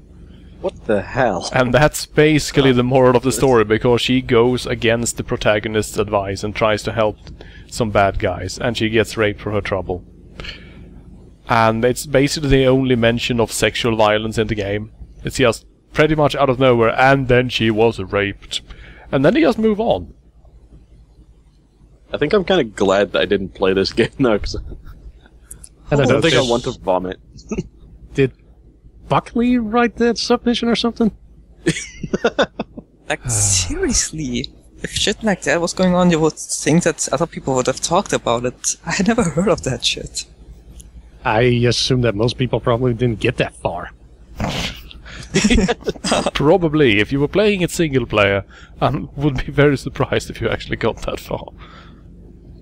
Yeah, it seems to be at its best in co-op, just because of all the crazy glitches and stuff. Yeah, it is, that's the thing. I mean, the game is quite offensive at times, but it is also absolutely hilarious, because, I mean, it was designed, written and programmed by Polish people, which means that it breaks in the most bizarre ways.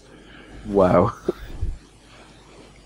I mean, nothing ill against Polish programmers. I mean, there are many very, very, very good Polish programmers, but let's just say that the mid-range Polish programmers are about the same as mid-range Russian programmers, in that they have great ideas, and when they try to implement them, everything falls apart.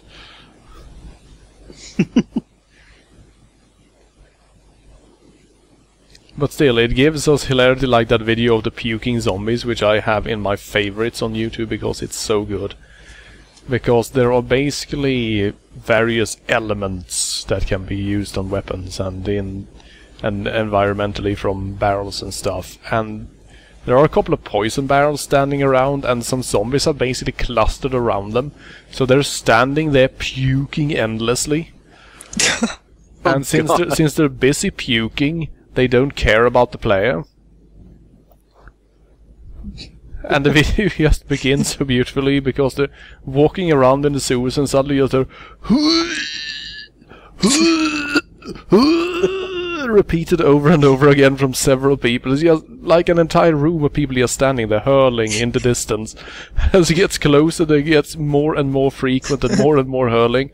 And then they look inside, and there's just this bunch of zombies standing around a glowing green barrel, just puking all around it. And it's like, yeah, okay.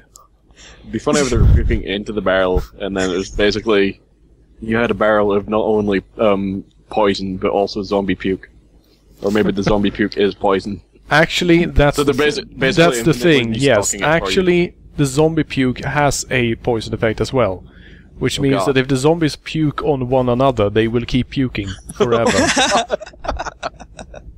Oh god. There's a mental image I didn't want. And Ouroboros of puking. I want us to puke back and forth forever. It's a vicious, disgusting cycle. If you want a picture of the zombie more like a viscous, picture of zombie disgusting puking cycle. on a number of zombie's face forever. Goodness gracious.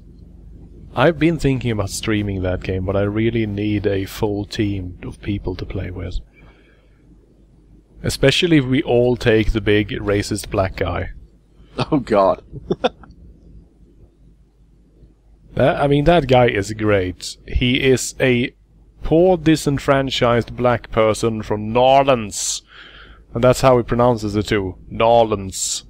who became a smash hit rap artist with Who's Your Voodoo Bitch. But then he spent all the money on drugs and whores and bling, and then his fame waned. So now he is also alcoholic. Gnarly, dude. Yeah. It's just... yeah. It's basically such a racist stereotype that you feel that maybe it's sort of exited on the other side and become some sort of tongue-in-cheek satire. But then you hear his voice acting and you realize, no. Nope. Nope, it's racist.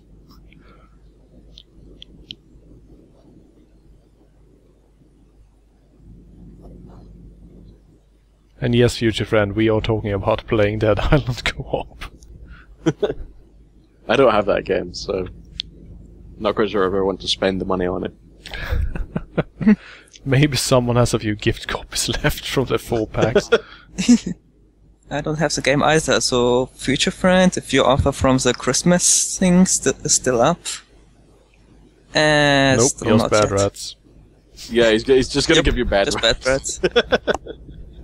Even if you already have it, he'll give you bad rats. It's your copy of Dead Island, wink, and you get more bad rats. God damn it. He already gave me bad rats. Like one day wasn't able to come online, we wanted to do some Let's Play recording, and when I finally managed to come online on Steam, I have the message of, "You didn't appear yesterday for the Let's Play. Here, have a copy of Bad Rats." You will pay for this, bad rats! A curse of rats upon you! Since then, Well, I it's know like to a- not piss him off. It's like a punishment token, like a black mark or something like that. Just, It's an indiction in Dark Souls, basically. You have been bad ratted. an indictment. That would be the worst, playing Dark Souls, and it's just something comes up, you have been bad ratted. Would God, just turn off my worse than a curse. Yeah, just turn off my PS3 and walk away. It turns off your game and makes you play Bad Rats for the next 2 hours. until somebody else can come along with a purging stone. Oh god. So let me tell you about Dark Souls. I have a platinum trophy in Dark Souls. Oh wow. And in Demon Souls. I, That's why I do not play the Souls games anymore. I just got the PC version not too long ago, so I've just been mucking about with that. I've And I'm in bought- Blight Town right now, and god damn Hell it. yeah! Welcome to Blighttown, population, everyone who hates you. Population gravity. I cannot figure... That's the one worst part about Blight Town for me, is I cannot figure out where the hell is safe to go down and where will just lead me to falling death. Get good, That's, Scrub. normal. Get good. Oh, speaking of Blighttown, I actually invaded a couple guys in there just to be a complete and utter dick. And the best part was, one of the guys I invaded was somebody who actually was cheating and stuff with infinite health. Like, when I attacked them, they took like 65,000 damage, but their health bar didn't move at all. But the good thing is, I was still in Blighttown, you know, the place with all the pits and shit. And the lovable part is, infinite health will not keep you from falling down to your death. Brum, brum, brum, brum. And yes, future friend, you're correct. I'm not in Lower Blight Town yet, because the last time I got close to it, I got to this room where there was like a whole balancing beam that was sort of jutting to the left, and I thought, Yes. right, there must be a secret out here. I went out and I had a look around. I couldn't find a secret, and then I fell off. And then I fell off again trying to get my bloodstain back. Do, do, do, So do. I've been taking a break from Blight while I figure out what I'm doing. Oh, by the way, goodness. the hacker that I killed also seemed to hack up his soul level, because I got 2 million souls. The thing about the PC version of Dark Souls is that basically it is so easy to hack. It is not even funny. I know it's... My personal favorite, though, is, as I mentioned on the stream just a few days ago, I believe, is the one where you can hack it so that attacks you do, even if you do not hit, just, as long as you do the attack animation, you can call an effect on the person you have invaded. Which means that you slash the air, and suddenly the explosion from a black firebomb engulfs the person you have invaded. So you just stand and hit the air, and then he's set on fire and dies. And you win. Yeah, that is if that person is being nice. If it isn't nice, then, well, have fun being cursed. Yep. And then, of course, you ask yourself, but wait a minute, the only reason to invade people, more or less, is to A, get items that you can only get by invading, or B, be a giant troll. But if I'm hacking, can't I just spawn as many of those items as I want? Yes, you can. But it wouldn't let you be a giant troll. Exactly. Yeah. So basically... It's dickery for the sake of dickery. You are an asshole because you have the opportunity to be an asshole. So Dark Souls hackers that invade people, you are literally human scum. You are the worst people there are. You are the hollowest of the hollow. Yeah. Yeah. Ah, goodness. Still fun to kill them. Yes, it is. I mean, there's a lot of good and fun trolling to be had in Dark Souls. Like, my personal favorite is the guy who is currently hanging around in the Ulasil township in the DLC area using pretty low-level armor and a Drake sword so that he looks like a giant noob. And whenever he gets invaded, he pretends to panic, tries to use the closest bonfire and, backs away and just stands there with his shield up looking completely panicked. And then when the opponent actually tries to strike him, here comes the twist. He's actually an incredibly good player, so he parries it, and then he switches his weapon to the Great Dragon Axe, which he then two-hands and uses for the riposte attack, instantly killing his invader. Oh Jeez. God. Which is hilarious! Because holy shit, the messages he gets. Oh my god. I actually saw a video of a guy doing something similar, like running around in a specific forest area, bearing nothing and having no weapon and such, just being completely naked. And wanting other people to do fistfights with him. The thing is, once somebody comes up to him with fists or no fists, he parries them and then switches to a plus 10 Chaos Chaos Bandit Sword. Bandit's Knife. Which, in other words, basically means, holy shit, I basically riposte you for incredible amounts of damage, and instantly kills him too. Never bring your fists to a knife fight. Future Friend brings up a good point. I think the only reason I would want to hack Dark Souls is just for silly stuff like custom textures or silly outfits. The Gaben Shield. Yes, the Gaben Shield. Yes. Also replacing the Estus Flask with Sunny D. Yes. Time for some Sunkissed. Oh man, should have done Sunkissed instead. Yeah. But I just can't stop seeing the Sunny D thing now, because even the default Estus Flask does look like the bottle of Sunny D. And yes, as Future Friend brings up, Anno Londo should always be anal rodeo.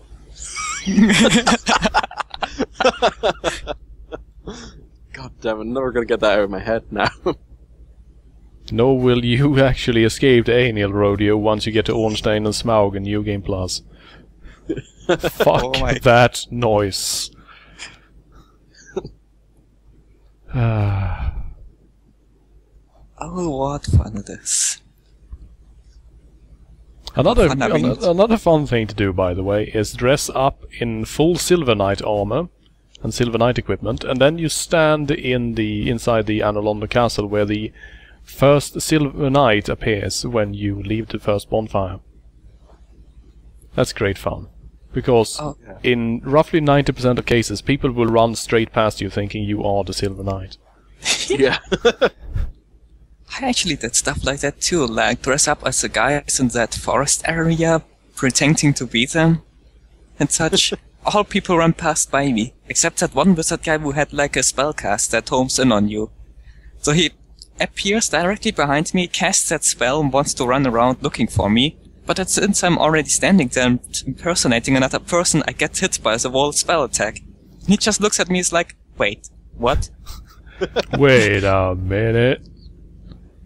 And then I get out the Black Knight sword. It's go time. I still like that one. Somebody did, what was it, Tonbury style invasions, where they got the skull lantern and a dagger, and just cast iron flesh on themselves and just slowly walked towards the players and murdered them. I did something like that too with Havel's armor. The worst part was when I got between two guys. Like, one was in front of me, one in back of me. I was sticking to my gimmick no matter what, even if they were taking turns backstabbing me. Because I was on stairs and couldn't move. Like, there was only one way to go, and each one of those ways was a guy. So no matter who I turned to, the other guy could backstab me. I still find it amusing that Havel himself is... So yeah, he's just one of those bosses that apparently the strategy for beating him is strip naked before you fight him. Yep. You won't survive a hit from him anyway. Yeah. You get that. It's not worth wearing supposed armor. to, so. Just get naked and just circle him.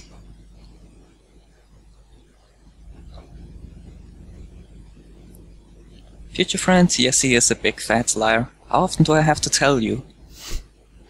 Another fun thing you can do with hacking, by the way, is that you can actually create NPC phantoms by replacing the models and AI routines, which means that if you're in Anno Londo, for example, with the right mod, you can summon Super Ornstein and Super Smaug as your helper phantoms.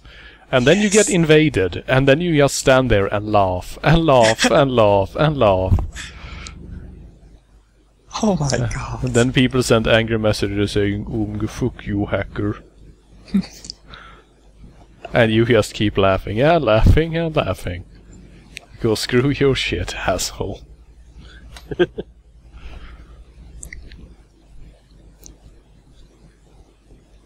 It also leads to some completely ridiculous situations, because you can summon Super Ornstein and Super Smaug, and then you go into the boss battle against Ornstein and Smaug, and things get very, very confusing in a hurry. I can only imagine. Future friend, yes, you could summon multiple Solaires as well, as long as you gave them unique ideas. An army of Solaires. And you could, of course, dress up as him as well. And then you can pretend that you're using that ninja multiple body trick and just run around and go, ha! Let's see if you can guess which is the real Solaire. Just like Pinwheel. And then you all attack and go, ha! Here's the trick. We're actually quadruplets. We're all the real Solaire. I would summon an army of Siegmeyers myself.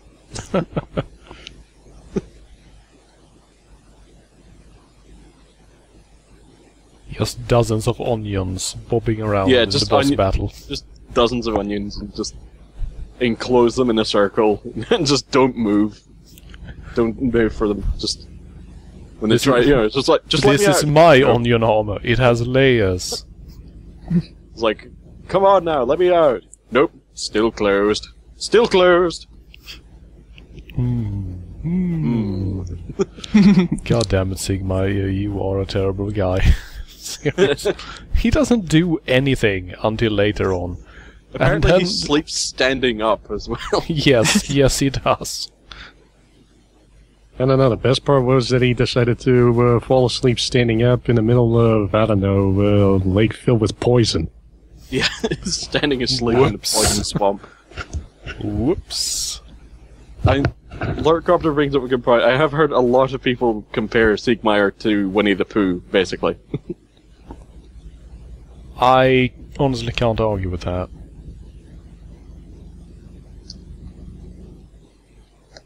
Silly old onion. I like the onion armor though. I don't know why. His head is full of I don't fluff. have it, but I like the look of it so far. Actually, wearing something like that into combat, holy shit. Your poor neck. And your poor head when people started banging on it and it started echoing inside the helmet. Oh god. Just somebody clonked them on the head with their sword. Like, hey, are you alright? What? Can't hear a Can't hear goddamn you. thing. Actually, What's you could going shoot- on out there? Actually, you would be able to shoot with that armor. Just pour in all that Estus beforehand, before you go into battle, and every time you get damage, just take a sip from the Estus that is in it. Just have a straw sticking in it. That's the It's like the, what is it, some of those professional racing cars that have got, yeah, that, have some sort of button that says drink or something like that. Yep. Yeah, it's like got a tube that feeds a drink to the driver while they're doing their endurance races. There's one that says drink, and then there's one that says drink within quotation marks. Oh god.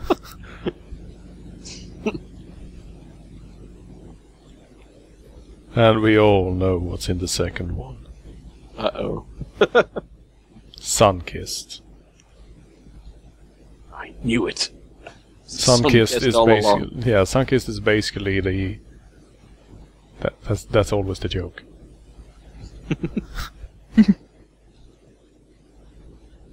See, we're almost there now.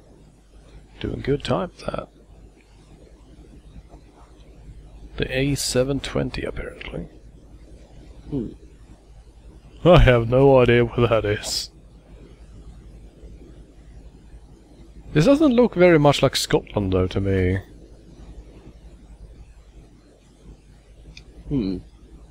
Guess we're still in the southern parts. It does remind me of some parts of Scotland, but I'm not quite sure yet. I haven't been down the way. Yeah, I haven't been down Edinburgh for quite a while. I mostly stick to the what they call the Grampian region. I don't know, I'm with future friends. For me it looks like a road too. Looks like a road to me. Yeah. This reminds me of a road. This reminds me of a puzzle. No, Leighton, it does not remind me of a puzzle. This does not remind me of a puzzle at all. Now step back.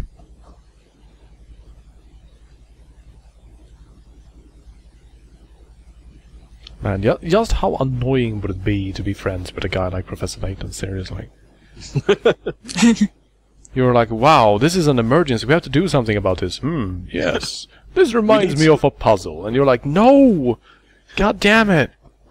People are dying, Professor. Professor Layton, you need to help me do CPR on this guy, otherwise he's gonna die within 30 seconds. I have reminds me of a 12 puzzle. matchstick.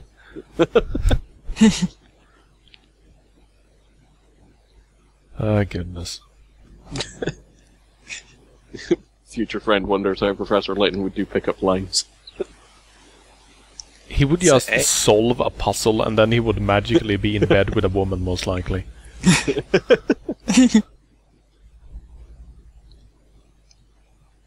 Let's see, oh, what sort of car can we buy here? And how was I? It's You a remind me of man a truck puzzle. dealer, yeah! Yes! Let me tell you about my man trucks. So, how was it? I'd rate it about 10 picarettes.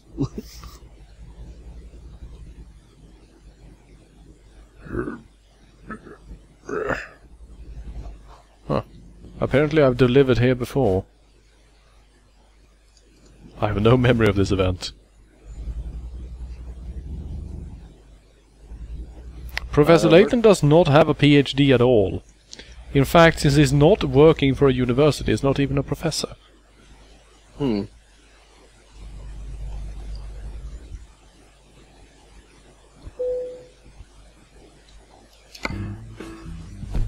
I guess he's like an old Austrian person maybe, and just has a honorary professor title. Or yeah, that might be it, Lurkopter. It's like those people who say that we can get you a noble title, and then all they do is basically get your allowance to work as your attorney, and then they legally give you an extra name so that you are now Sir Arthur Wolf as your registered legal name. Oh wait, sorry, I remember this now. He was actually a professor of archaeology, apparently, at a fictional university in the games. But why doesn't he ever do any archaeology? I know, it's like, you never see him in the games doing any archaeological teaching. It's like... You know, I bet he managed to nab a seat, so he has tenure due to solving some puzzle or another, and then he hasn't actually done anything. Yeah, he's just like sitting on his position of power, and he just goes out for holidays all the time, and just... I don't know who his... Jeez. Yeah, I don't know who covers for him. But it's like, when's Professor Layton gonna get back? I don't know. Oh. Okay. Well, let's do one more job, shall we? Alright. One last hurrah. Let's see, can we actually get to Aberdeen from here? No, but we can get to Innsbruck. Why? I don't want to go to Innsbruck. God damn it, everything is like on the other side of the freaking world.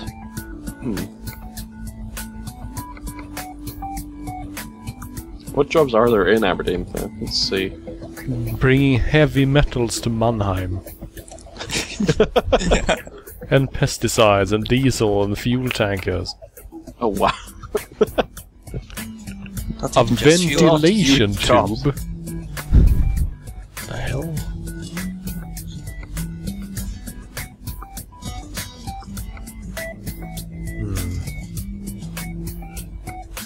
What's going on in Glasgow?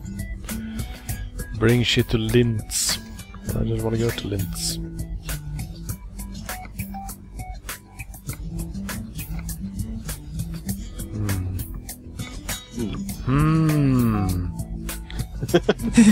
Oh, Well hello, done. Siegmeyer. This is terrible. Let's So see. here we sit in quite the pickle.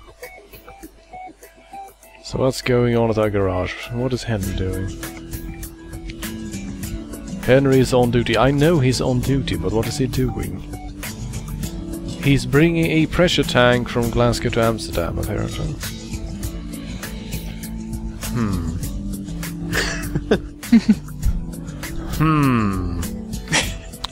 Sorry, just like Allosaurus, I can see Henry's smug face. You can see his smug face from outer space. Pretty much. Oh god, that reminds me of that one thing. There was apparently...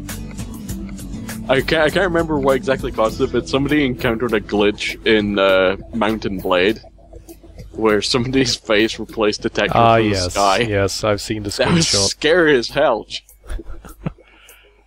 I like to think of it as that's what happened when the sun from the Teletubbies went supernova. Let's see, are there any quick jobs in Aberdeen, maybe? To freaking Grimsby. Fuck, I love Grimsby.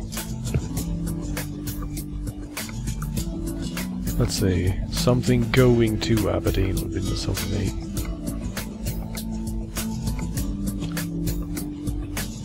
All the way from Slovakia, all the way up to Aberdeen, jeez.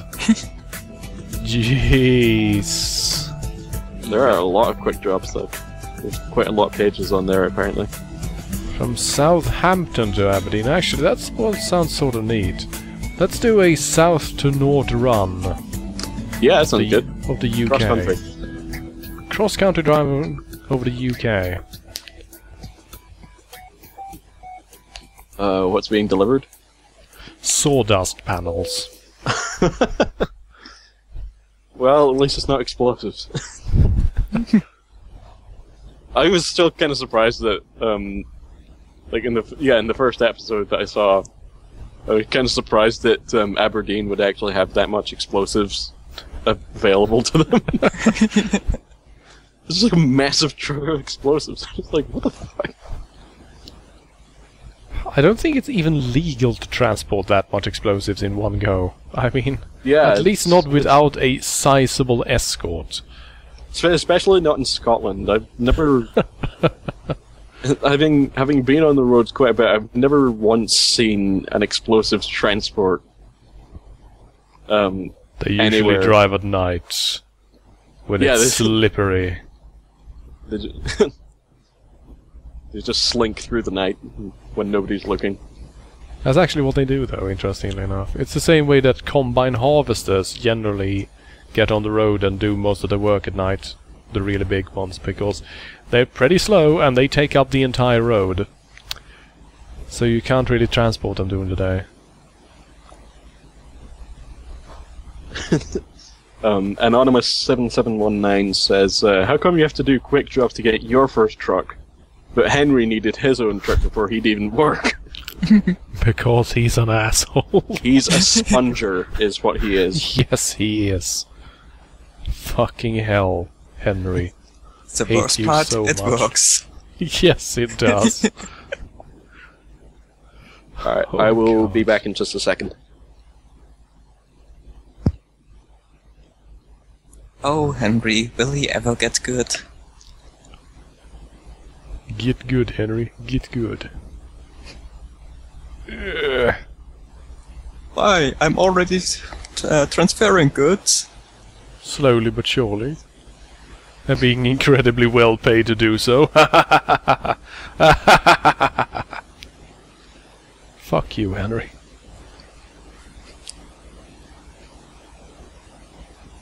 Ah, goodness.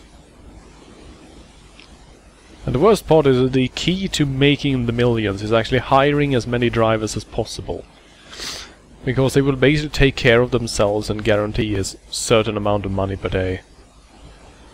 As long as you actually keep them working, you'll be fine most of the time. So in the end you can basically just sit back and let them do all the work? Yep. Just like in real life. Yeah, buy all the sweet truck upgrades. Shit, that's the thing. You have to keep playing, otherwise you won't level up and unlock that sweet paint scheme. Oh, right. Oh man, final boss fight Henry.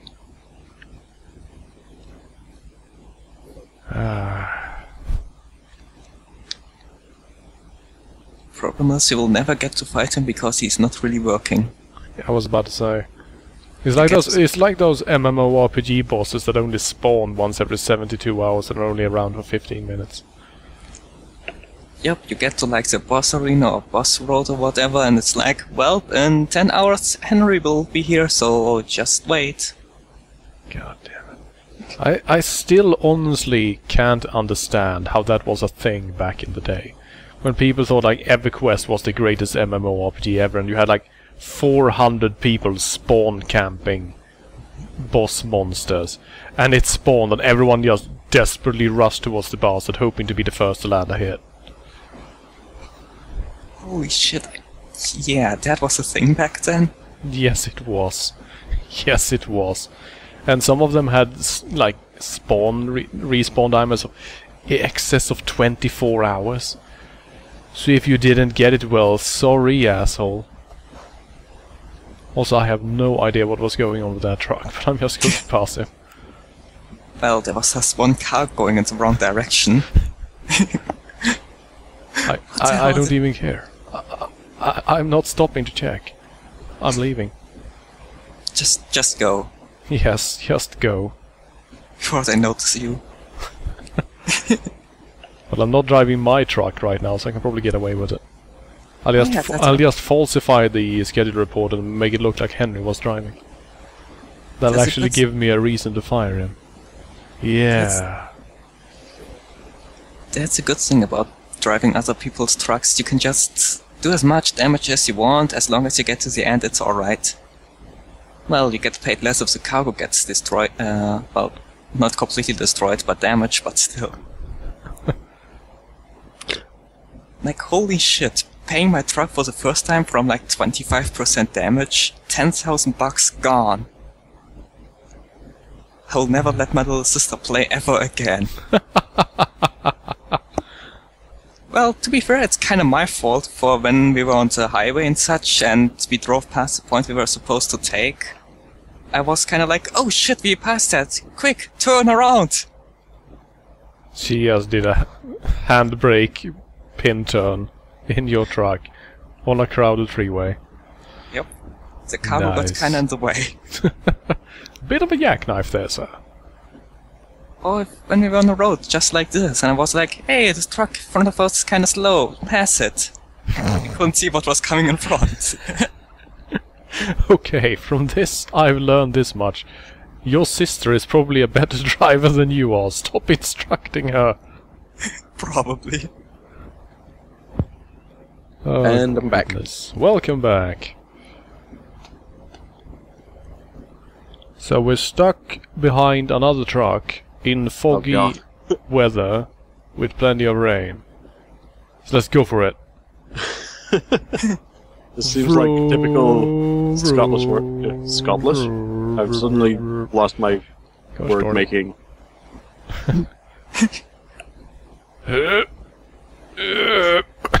Can't accelerate fast enough. Do I have to get out and push again? If you can run in excess of 70 kilometers an hour, please do go ahead. Alright. Woo! Like that. Anonymous 7719 again asking, can you find a mod for this to let you play as twisted metal characters? Future friends say, giving us the idea of Sweet Tooth spending 3 days driving a truck carefully. Slowly but surely going even more insane. Yep. And that worked out pretty well, didn't it? I didn't even take any damage when I slid along the fucking railing. Oh, wow. That's how you drift like a pro.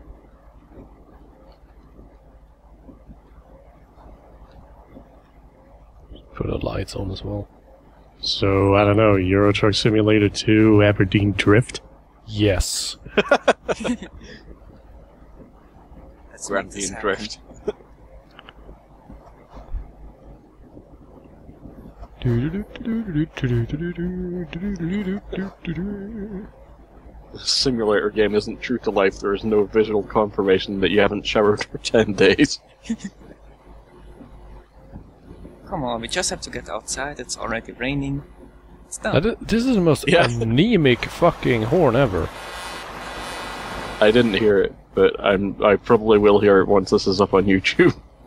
You probably won't. You'll probably get killed by the noise cancelling I'll run on the audio. Jeez. That was nothing. Freaking mouse fart horn. The hell? Well, that's the best description I can think of for it, so I'll just leave that to my imagination. There's actually a little mouse inside the turn wheel. You pull on its tail and it goes squeak, squeak! Speaking of, let's all learn to play the cat piano. Oh god. Step 1. Find 9 cats.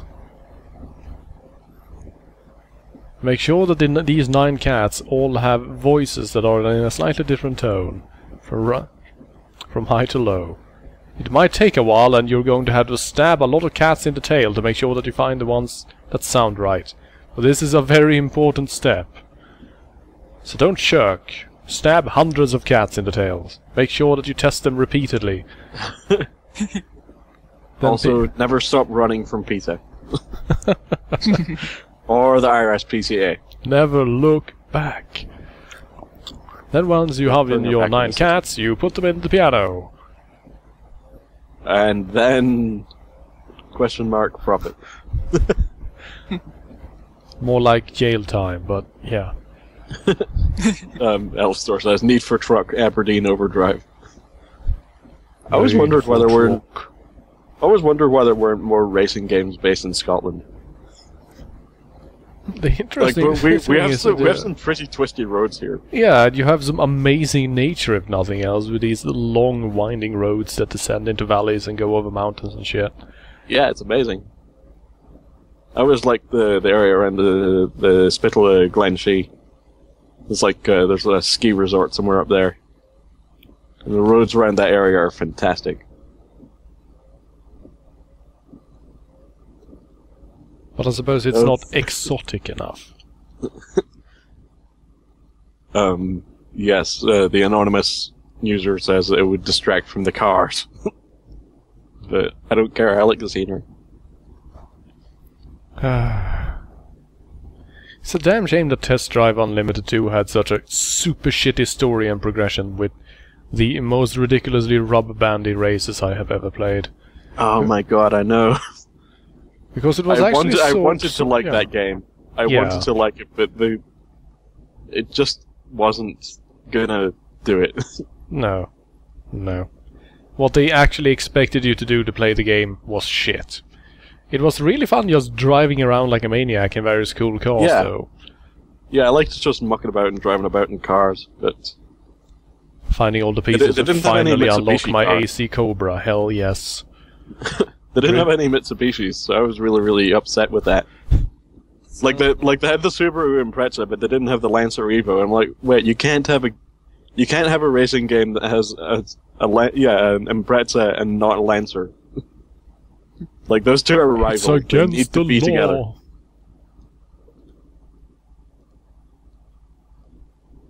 Yeah, the AC Cobra is basically a snake with an autocannon attached to its head. Very dangerous. Very dangerous. Has excellent ranged combat capabilities, and if you get too close, it bites you, and then you die from the venom. It's just, you know. Nothing you can do against it. It's harsh. Because keep in mind, kids, snakes are not poisonous; they are venomous. Yes, this is the important difference that we need to make sure everybody knows. Yes, because eating snakes is perfectly fine. They're actually sort of tasty. But if a snake tries to eat you, you might be in trouble. Now that sort of brings up the point, I suppose you would need to know where the venom gland is. So that you don't accidentally eat that, because that could be... I don't know if that would actually cause any problems, but... Actually, from what I understand, it usually doesn't. Still not a good idea, though, I mean... Basically avoids the juicy part. That's the best part about snakes. The whole of them is the juicy part.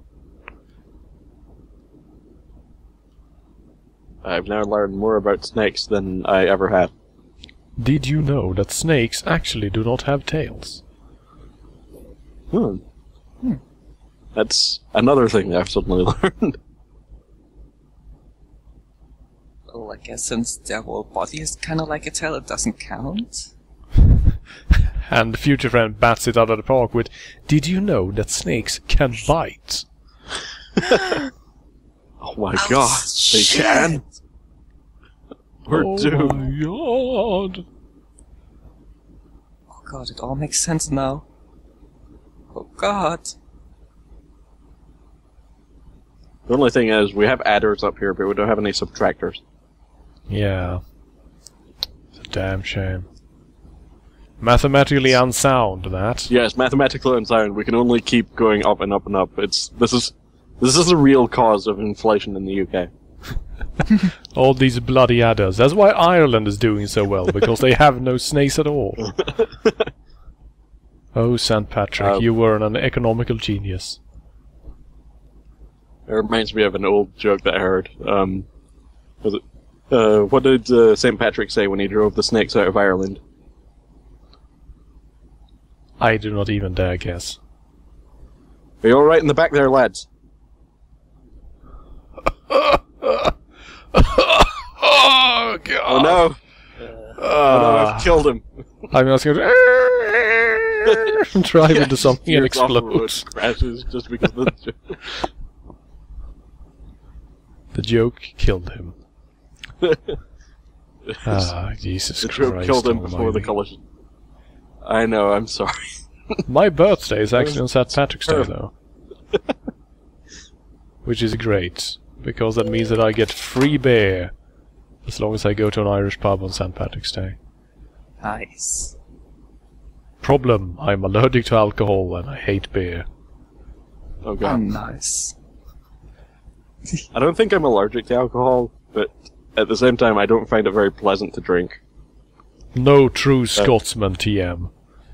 I know, the last time I admitted to somebody that I didn't drink, they said, "Wait, you're Scottish, isn't that illegal?"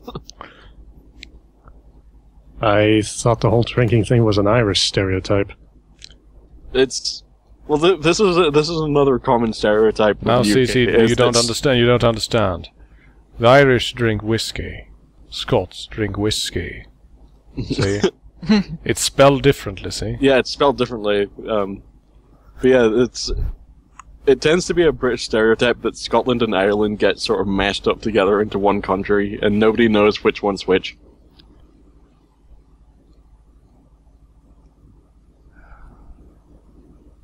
They've all rebelled against the crown so many times, people can't keep track anymore. Yeah, we really fucked up at Culloden. Still, you have some really neat battle names, like the Battle of Bannockburn. Oh yeah. And why is it called Bannockburn? Only because they burned down the Bannocks. What then is a bannock, you ask? Well, see, that's Scottish. And what does it mean? Well, it generally means a thatched roof building. Huh. I didn't realize that. Usually with a connection to farming. But it can also mean bridge. See, I always remembered bannock being used as like a derogatory term for English pancakes. You murderous bastards. You flat, burned the pancakes. those ridiculous flat bannocks. And in order to differentiate Scottish pancakes from English pancakes, we call Scottish pancakes... Well, some people call Scottish pancakes drop scones. True Scotsman know the Yeah, difference between some a people call them British drop scones. pancake and a Scottish pancake. But the funny thing is that American pancakes are actually closer to Scottish pancakes than they are to English pancakes. American pancakes aren't even pancakes at all. I mean, look at those things. I mean, they're not even flat. They're freaking rounded. Anonymous 7719 again. Fuck pancakes, as said by a true Scot. More like, fuck those flat things you've got there. Those are not real pancakes. You would hate Swedish pancakes. They're pretty much I don't know. They're pretty much just paper thin things. And we have jam on them and stuff. I just want to try them sometime. I'm open to trying other foods, but, you know, just... As long as you stay away from the traditional Swedish kitchen, within giant quotation marks. Because, like, in the traditional kitchens of pretty much every nation, it's the sort of food that people of that nation really don't actually eat. And no one else should either. I'm still surprised to this day that surströmming has, you know, become as international as it is. That you can actually buy surströmming abroad. I mean, why? I have no idea what that is. Should I find out? Yes, you should. It's a fermented herring, for crying out loud. And how do you know that it's a good can? Well, you see, the can is swollen to the point where it's almost bursting. Oh my due to the God. fermentation. Oh god. Yum, yum. Are there instructions on the can that say open away from face? No, it's actually the opposite. They say that if you really truly want a waft of what you know, the real, honest to God surströmming smell, you're supposed to poke a hole and then take a whiff. Oh god. The problem is that if you do, most people throw up. Die. So don't do that. No, seriously, don't. It's disgusting. It's horrible. No human being should eat that. Alistair is not quite sure what kind of food you're talking about. I'm talking about surströmming, baby. That's the best fruit. No, wait. Not a fruit at all. This isn't a fruit. Well, What is actually, this world? as we've learned from the Catholic Church, a lot of things can be fish.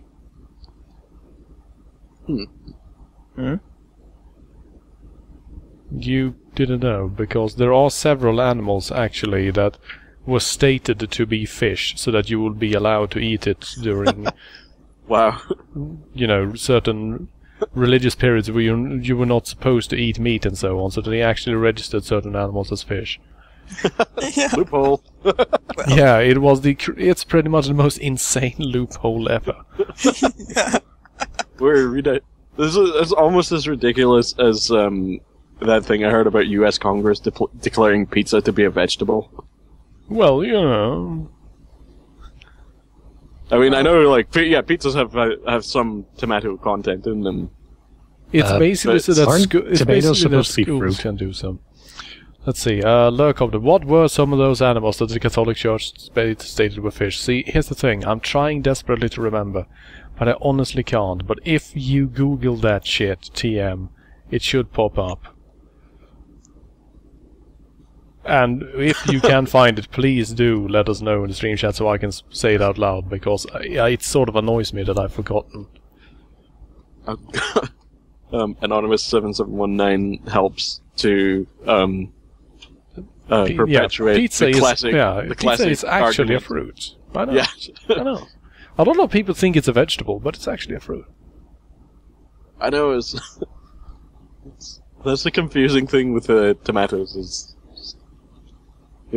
what are they supposed to be classified as? Because I mean, they are technically a fruit, but at the same time, you don't typically use them in sweet dishes. Not really, no. And then you have shit like avocado. And you just look at that shit and go, what the heck is an avocado? Yeah, what is this thing? Yes, there we go, it's the beaver, right, that's it. The beaver was classified as a fish. My God. Because, see, it was a waterborne creature that lived underwater, so clearly it's a fish. And Anonymous 7719 again says, all new flavor of Starburst pizza. God. Oh. I remember when Starburst were called opal fruits. Until they were sued into oblivion. Fruits. How dare they change the name? Because it had nothing to do with fruits whatsoever. But It had yes, nothing to do with opals, I suppose. I doubt it. But yes, the beaver was actually classified as a fish by the Catholic Church, since it was a waterborne animal that lived underwater, and no one actually knew how new beavers were born, because it happened, in places where humans at the time could not reach. So we figured that they, worked like fish. They just laid eggs, and then new beavers popped out of them. And the capybara as well, also a waterborne animal with giant front teeth, is of course also a fish. I mean, you can tell just by looking at it. It's in the water all the time, it's a fish. Sure, it's got fur and 4 legs, and eats, terrestrial plants and so on, but, fish. Makes sense. I guess. I would have done the same. And it was actually partly in the case of the capybara, it was actually the Spanish when they were walking around in South America being general assholes towards the natives, that they actually needed a decent source of food, but, they were not allowed to eat meat. So they found this strange animal that swam around a lot, and they went, well, this is kind of like a fish, and the priest signed off on that, sent it back to the Pope, and the Pope stamped it and said, yup, fish. So yes, you can eat capybaras. Yes, you can. Even if you're, one of those vegetarians that allow themselves to eat fish and eggs, you can eat capybara. It's totally not meat, you guys, it's fish. I can't believe it's not capybara. Canned capybara. Perfect for the family that wants fish but don't quite like the taste or texture or appearance of actual fish. And as Anon asks, yeah, but how does it taste? And here's the thing, from what I understand, capybara is actually quite delicious. I'll have to check it out sometime.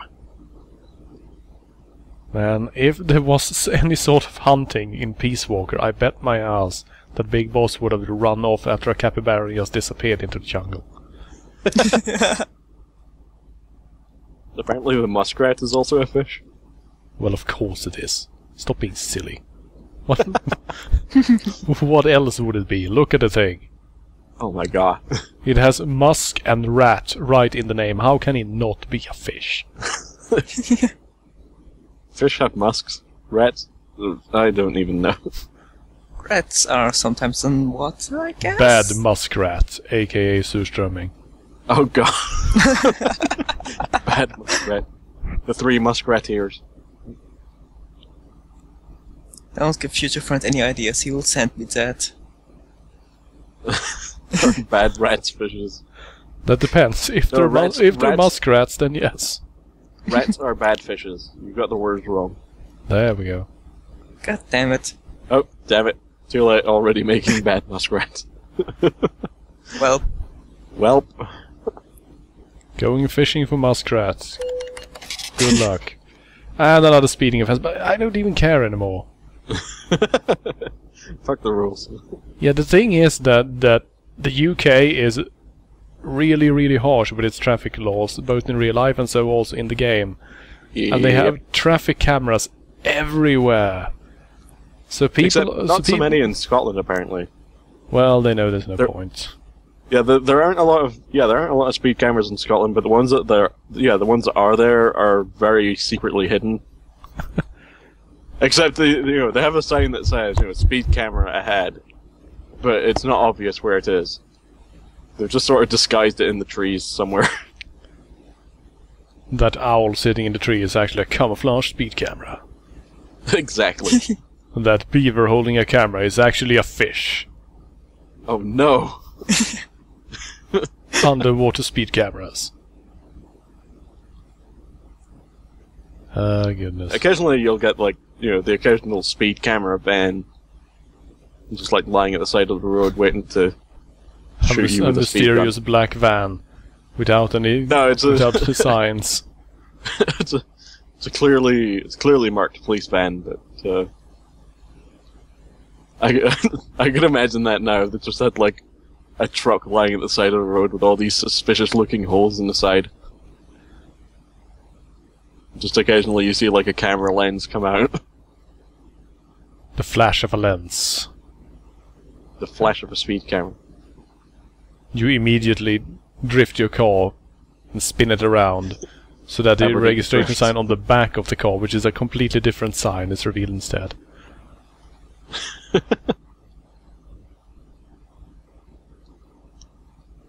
To go back Underwater scare cam LP. What?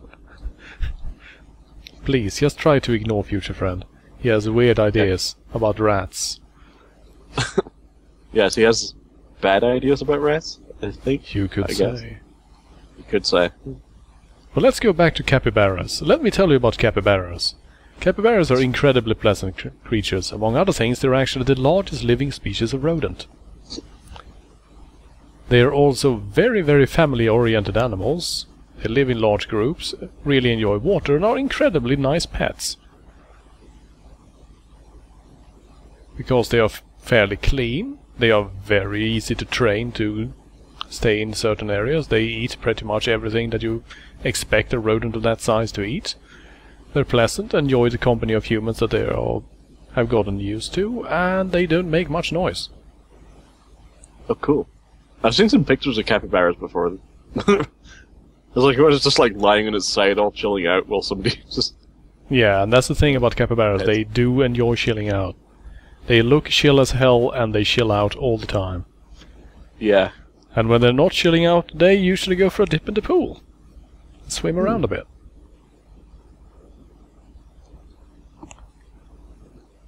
And since they are rather wiry here, they actually dry off pretty quick as well, which means that once they get out of the water, you can just, gently rub them with a bath towel, and they'll be dry and ready to go back indoors. Cool. Also, I just noticed just then, I think you just took a brief trip back through Mining and Tunneling Simulator Yep. in progress.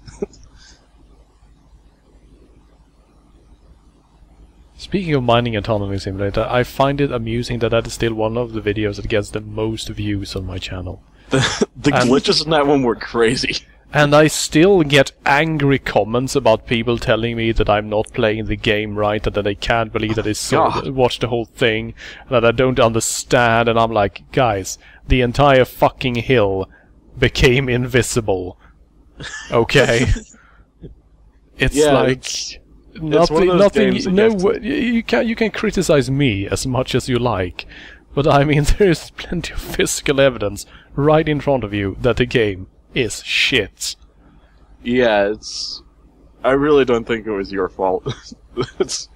All I did was load my save, for fuck's sake. Simulator games like to misbehave. That they do. And games that are sort of semi-simulators also like to misbehave. At least it was not Roadwork Simulator, because holy crap.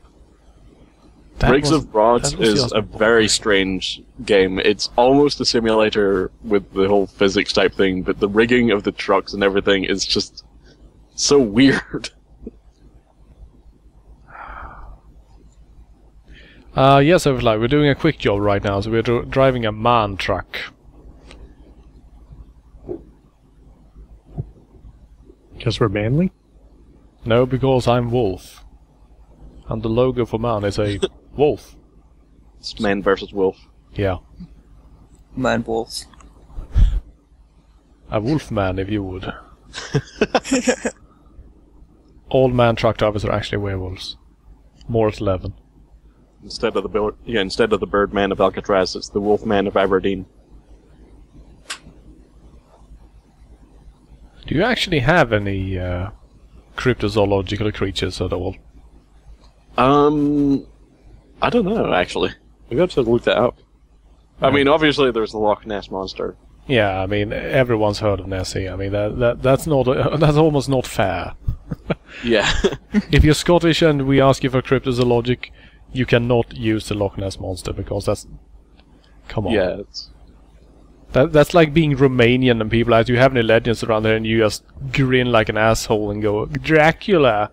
Yes, thank you, we know, but come on. Something else, maybe. So I'm going to try and Google Scottish cryptozoology, but I really don't know if I'm going to get anything good. Because as soon as I search cryptozoology Scotland, like the very second result is all about, does Nessie exist? I'm like, oh, for sake. Gosh darn it. I don't want to look for Nessie, I want to look for something else. By the way, speaking of Nessie, I have to do the horrible pun that was in my English book for when the Loch Ness and such came up. What is Nessie's favorite food? Fish and chips. Do you have any evidence to support this theory?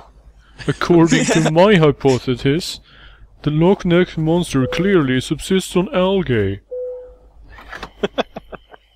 It would be the only life form that has remained unchanged since the Jurassic period. I liked my English book. It actually had, as one of the examples, an article of the onion in it. There you go. Like, seriously. It was pretty cool. We have quite a few cryptozoologists in Sweden, but most of the beasts are basically as these, medieval stories that's got passed around all the way up until the late 19th century. Okay, so we do have let's see. There's wild haggis, which is an obvious hoax. What do you mean, obvious hoax? How dare you? Well, I mean, according to Wikipedia, it's a hoax. Are you some sort of skeptic? But, yes, wild haggis, a fictional creature said to be native to the Scottish Highlands, is claimed to be the source of haggis. You hunt the creature. Yeah, you hunt the creature. Cut open its belly, and there is freshly prepared haggis, ready for the harvest. Yes. The Yep, most terrifying thing. You just capture the creature, put it on the table, and like, who wants a bit of haggis? And then you take the dish to it and just cut it open and let it spill on it. Bleh. Well, as far as cryptozoology goes, we do have kelpies here, apparently. Those are, I mean, those are found in Scotland and Ireland. Yeah. Let's see, there's some other ones around here. I'm just looking up Wikipedia because I know it's not a very good source, but god damn it if I can't find it anywhere else. Wikipedia is a great source for fictional shit, at least. Yeah. Apparently we have a lake monster called the Morag. It's been described as a peculiar serpent-like creature about 20 feet long. Reported by 9 people in a boat back in 1887 or something. 4 really drunk Scotsmen in a boat totally saw this thing in a lake. Yeah. It turns out they were so drunk they thought they had 9 people in the boat, but Then it turned out that 5 of these people were actually just a serpent coiled up.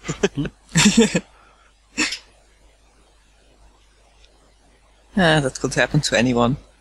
Also, what is going on? Why are we not going forward?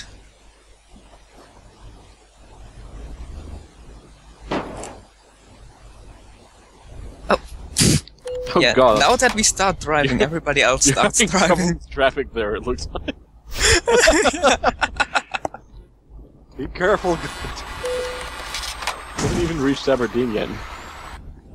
Crash vehicle offense. Arthur, you should have learned about my story. Do not Wow. trust people's decisions on driving a truck.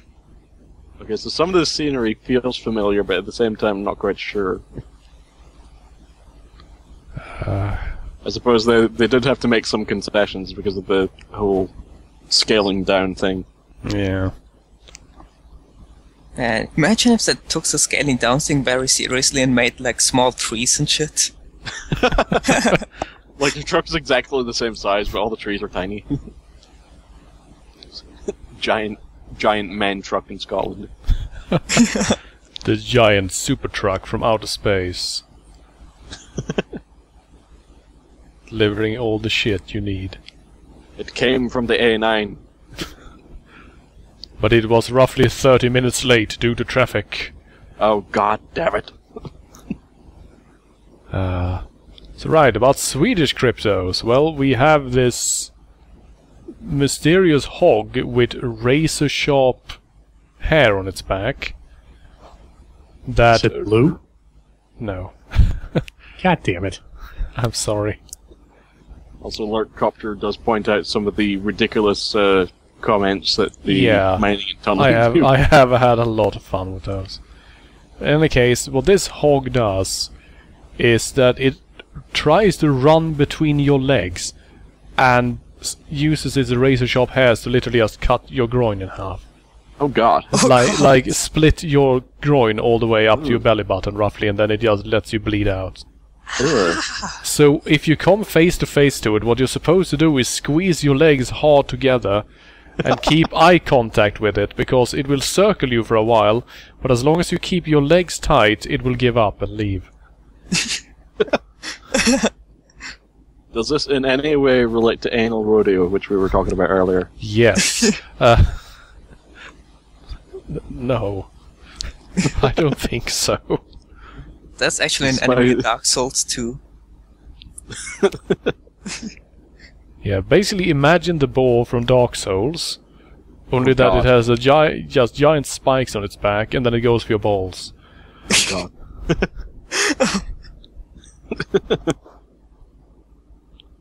We also have various spooky horses, like the white horse that rides out of the marsh, and is, as they say, senselessly beautiful and tracks man and woman alike. And if you ride on it, you will be filled with such joy that you will not notice that it rides back down into the marsh and drowns you. Oh wow. Basically, women do not enjoy sex, because then we will drown you. That's the actual message, as usual. really, when you look back at it, you realize a lot of these are basically warnings about, you know, having sex in any way. Well, if you spread your legs, a giant evil boar with razor-sharp hair might just cut you in half. Oh god. Oh, we clearly don't want that. I liked some of the descriptions of old Japanese ghosts. Like apparently there's one that's in the form of a gigantic foot, crashes through your ceiling and demands that you wash it.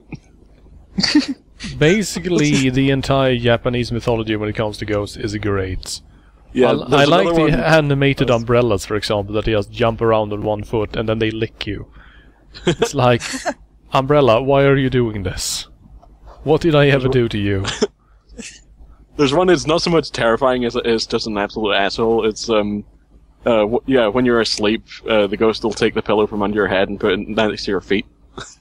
God damn it! You just wake up in the morning, you realize your pillow isn't under your head anymore. It's like, God fucking damn it! He's been here again, the asshole. Ghost. You immediately run over the fridge, and he stole another beer. Shit! Not saying it was ghosts, but it was ghosts. Your roommate just looks at you, bro. I swear to God. There was a fucking goblin in here. It took your pillow, put it under your feet, then it raided the fridge. I swear to God. I was paralyzed with fear. I couldn't do anything. I swear this is all true. The complete unaltered truth. As told by your somewhat drunk roommate who's trying to hide an empty beer bottle. The most trustworthy person alive. Seems legit to me. But yeah, Japanese ghost stories are pretty great, especially since a lot of them basically teach you to not be a nice person. like cat demons, for example. Well, you see, there's this dead cat by the side of the road. Oh no, what will you do? Action, please. You have found a dead cat by the road. What should you do? Eat it? Well, that was definitely not what they thought you would do, but yeah, you're still cursed. Basically, if you try to help the cat by checking on it or burying it, it will possess you. Wow. If you try to ignore it, it will then appear later in roughly the same area or somewhere else. And if you do something mean to it, it will curse you instead. Wow. So it's basically, okay, you've encountered the dead cat, well, you're fucked. It doesn't matter what kind of person you are or what you decide to do, you're still fucked.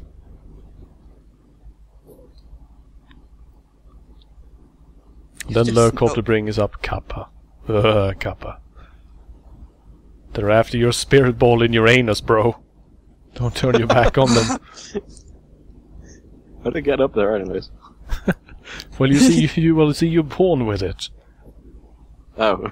That's where your life energy is, in that ball, in your anus. That's where your life energy is. Maybe she's born with it. Maybe it's Maybelline.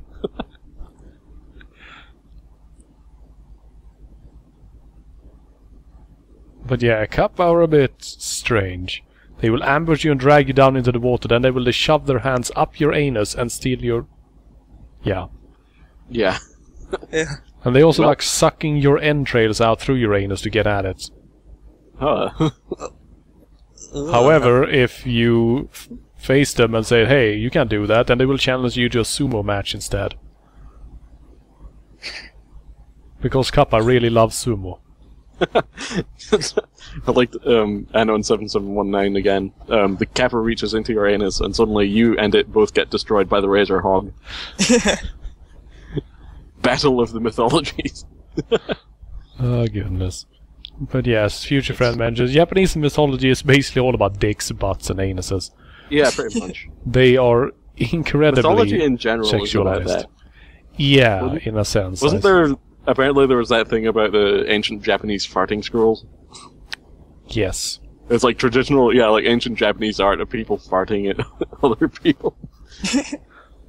It was like, wow, glad to know glad to know we were still as immature back then as we are today.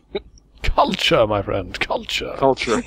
Yeah, we're still culture. That's the word I was looking for. Sorry, that's... Well, you know, the graffiti of Pompeii. Wait, why is there a hot air balloon up there? I've never seen hot air balloons in Scotland. What is this witchcraft? Well, the air is rather cold in Scotland, so shouldn't hot air balloons be perfect? I suppose that's true. It's just I've never seen them here. I don't believe in hot air balloons. I will say, one I've time, never seen one around here. Yeah, it's, was it? I was actually, one time I was at the beach down in, down by Banff. And, yeah, of course, naturally it's cold because, goddammit, it's the beach, it's Scotland. But I actually saw an air trike, like, flying around out by the sea. Like, I've never seen that before. Some guy had decided to get one of those air trike things that you get as like the default. Yeah, it's like that thing you get as the default plane in Flight Simulator X. Yep. The Superlight. Yeah, the super light air trike. Personally, I've always been more of a back propeller guy, because those things are amazing.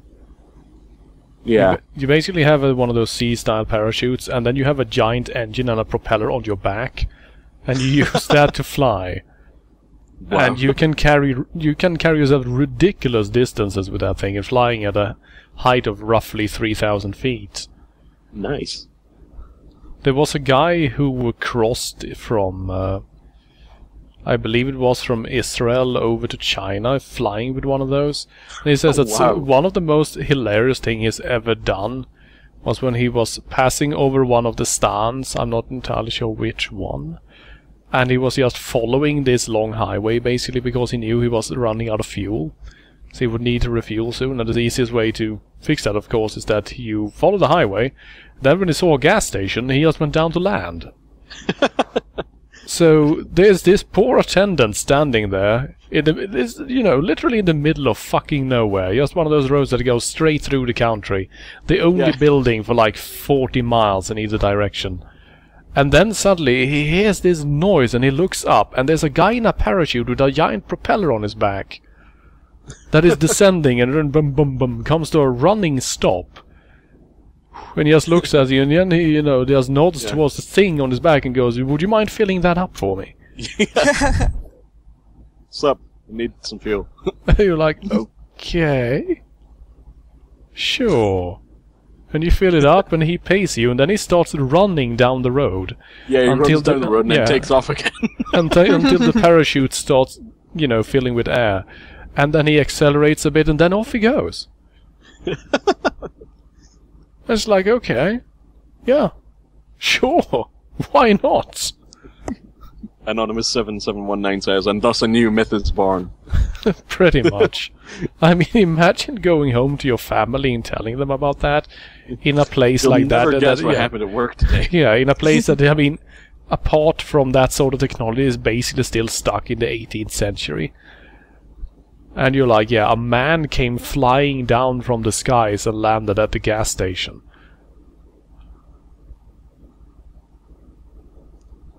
And he has this awkward silence in the room as everyone looks at you and go, wait, really? What are you talking about? Have you been into the diesel oil again? It's like, imagine if instead of stopping for fuel, he just decided to stop there just to get a snack for the rest of the trip. Do you have any peanuts? I like peanuts. Yeah, you got a packet of Quavers. Yeah, thank you. Hey man, I need something to drink. You got a Coke or something? I'm fine with off-brand. It's okay. But yeah, that's one of the things I always wanted to do, is fly one of those things, because if there's one thing I have to say there has to be a bit of freedom in, it's being able to just run along a road, take off, and then just fly off, laughing like a supervillain the whole way. Then off you go. And I mean, if something goes wrong, I mean, there's not much of a problem. You're already using a parachute to fly. I mean, if the engine shuts off, it's like, oh no! And then you just slowly sail down with your parachute and land. Overflight just watched a trailer on Steam for this game, and mentioned that one of the deliveries shown in the trailer is white phosphorus. Only the baddest of asses can play Euro Truck 2. Euro Truck Simulator 2 War Crimes Edition.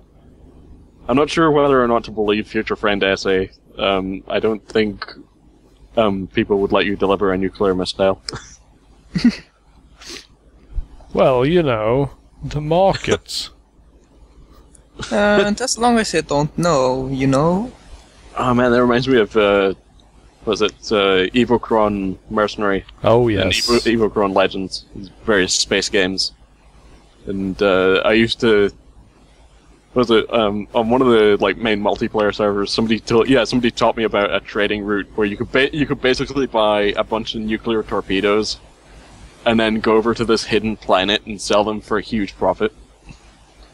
So I was basically becoming an intergalactic arms dealer. It was amazing.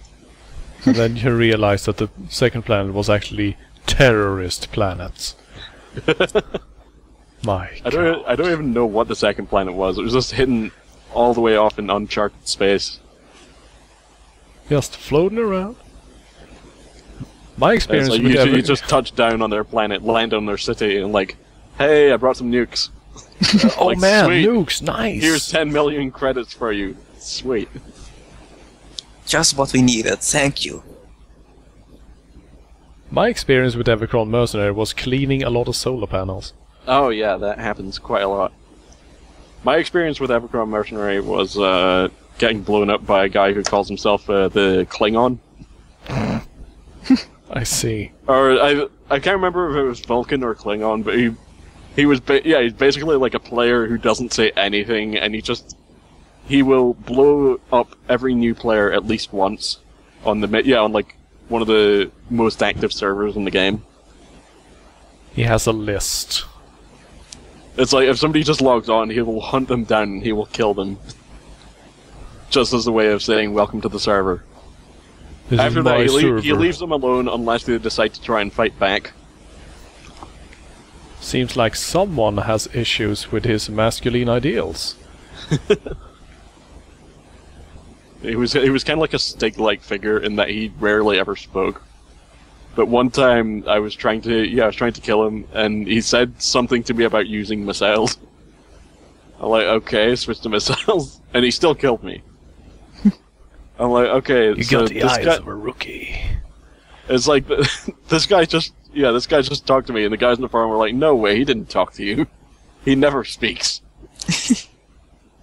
He was so frustrated by how badly you were playing that he just couldn't bear it anymore. Yeah, damn it. He just needed to talk on the chat room. He has an allowance of 1 sentence per month from his mother. Otherwise he's not allowed to talk to people on the internet. Yes, Solvane. I don't know how to pronounce your name, but apparently later somebody in the forums said that I essentially made him break his vow of silence, and then he would have to kill me again. And so began a never-ending battle. It was the Vulcan, I think he called himself. I don't even remember. I'm not very good with my Star Treks, but it was a Star Trek alien. I didn't know that much. Let's narrow it down. Was it humanoid? No, I did not get blown up by a triple, thankfully. Okay, now we can cross roughly 4 of the list. There we go. Did it have some sort of strange facial color, or perhaps bone protrusion with no evolutionary purpose? I think he had a strange-looking forehead, I know that much, so it's probably a Klingon. Or one of the other 200,000 billion trillion species in Star Trek with silly heads. Oh yeah, wow, here's a show. Oh god, here's a standoff. Oh my god. Wait a minute, I recognize that truck. Holy shit. Don't tell me that What? was Henry. Henry!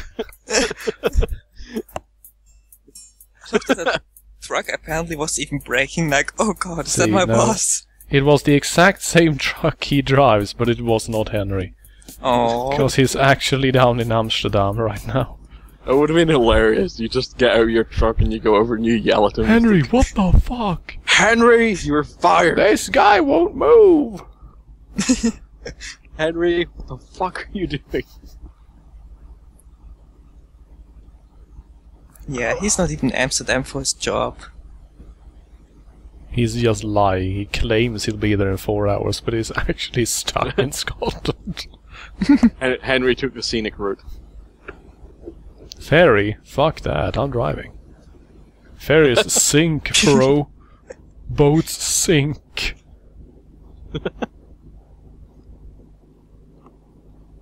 I've watched the Titanic. I've seen some shit, man. I've seen some serious shit. That reminds me of one of the most famous Swedish books ever. The Emigrants by Vilhelm Moberg. Utvandrarna, as it's also called in Swedish. In one of the most defining scenes, it's basically just about the Swedish exodus to the United States in the 19th century. And they're standing on the ship that's supposed to take them to the US. And they're looking over the railing down at the sea. And then one of them turns to the other and says, "But what if the water rises? Then we'll all drown." And the other one looks at him, and then they just look back at the water again, and they slowly just shake their heads. Madness. And the joke here, you see, is that A, they're horrifically ignorant since they're peasants from the inland, and B, they're also horrifically ignorant of how boats work, because they've never actually been on one before. And then they get to the US, and it turns out that, hey, it's okay, because most of the people here are ridiculously ignorant, because they're also stupid peasants from the rest of Europe. Hooray! Welcome to America, stupid peasants everywhere. That was basically true in the 19th century, though. There's something up with that red car in front of us. It's vibrating back and forth. You don't want to know what's going on in there. If the trunks vibrating, don't come up. No, wait. Don't come a trucking? I'll truck wherever I want, bitch. Step the fuck back, you don't know me like that.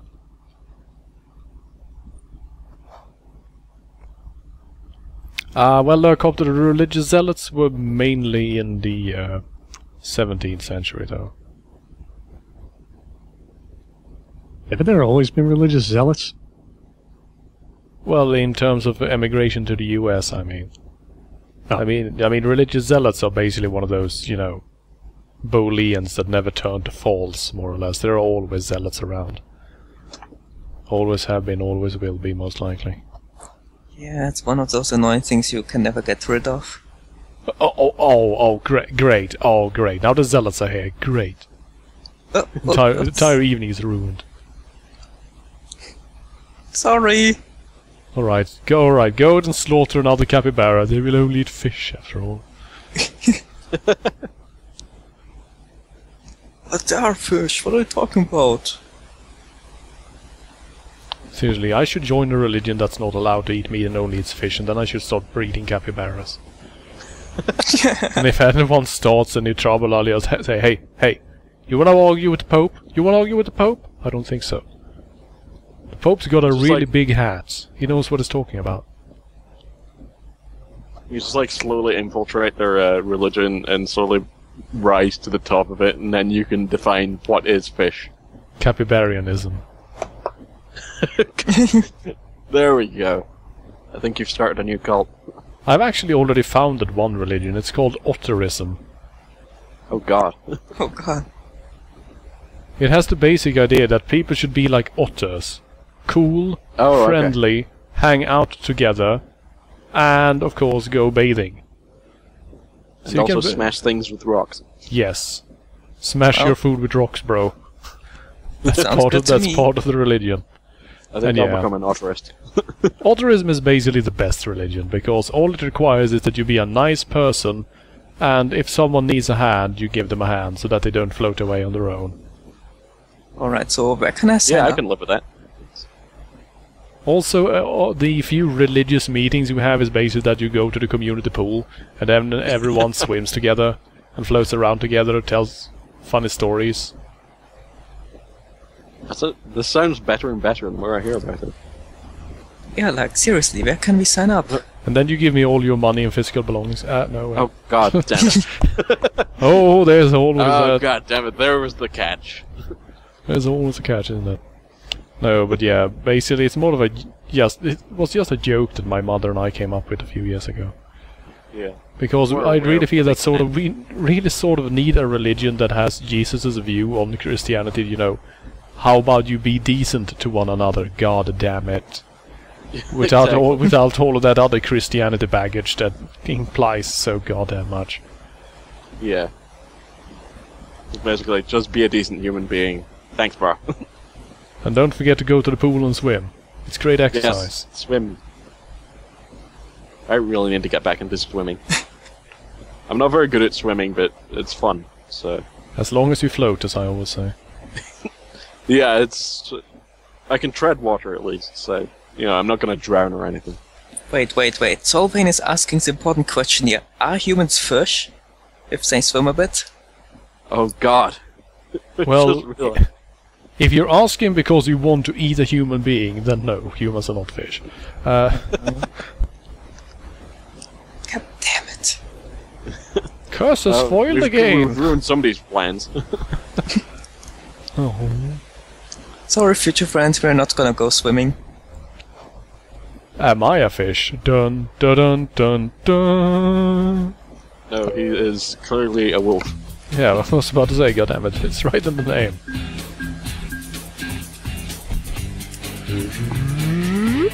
Sweet, we made it to Aberdeen. Yeah! 1,069 kilometers, 16 hours. I tried the demo of this, and the first thing I did was I started in Aberdeen, and I went to do my tutorial job, and immediately I went on the right side of the road instead of the left side. I've been playing too much American driving games that they've ruined my opinion on which No, side of the no, road I damn need it, no, ah! I'm like, okay, here we go. Oh, for fuck's sake. Damn it. And now we're back in Edinburgh, Sweet. with the coolest truck around. Awesome. Yeah, Just look at this paint job, seriously. Totally worth it. that was worth every single penny. Or cent, I guess. Right, let's do the drive-by camera.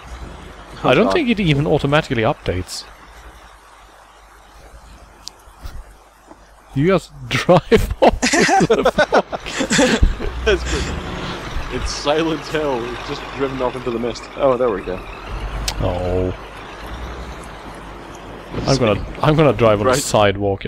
Wait, hold on. Drive off into What the the mist. heck is up with these Someplace sidewalks? There's no way the sidewalks are this wide in Scotland.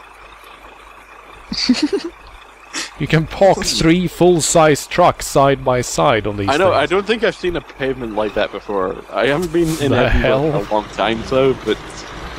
Jesus. This is suspicious. This is very suspicious. It's the secret trucker road. Oh, there you go. This is how you smuggle stuff. You take the pavements, because they're the secret trucker roads. The heck is going on? Okay. Yeah, nobody in the police The will take controls pavement. are so terrible while you're in third person, by the way. Is it like Forza Motorsport, where if you go off-road in certain tracks, it just becomes like magically slowing or magically slippery? It's just basically that the controls are incredibly irresponsive when you're driving in third person mode. I think that my... Yeah, I think it broke a bit. Yeah, you tapped the wall a little bit. Solvane says everything's scaled down except for the sidewalks; they remain full-sized. I suppose.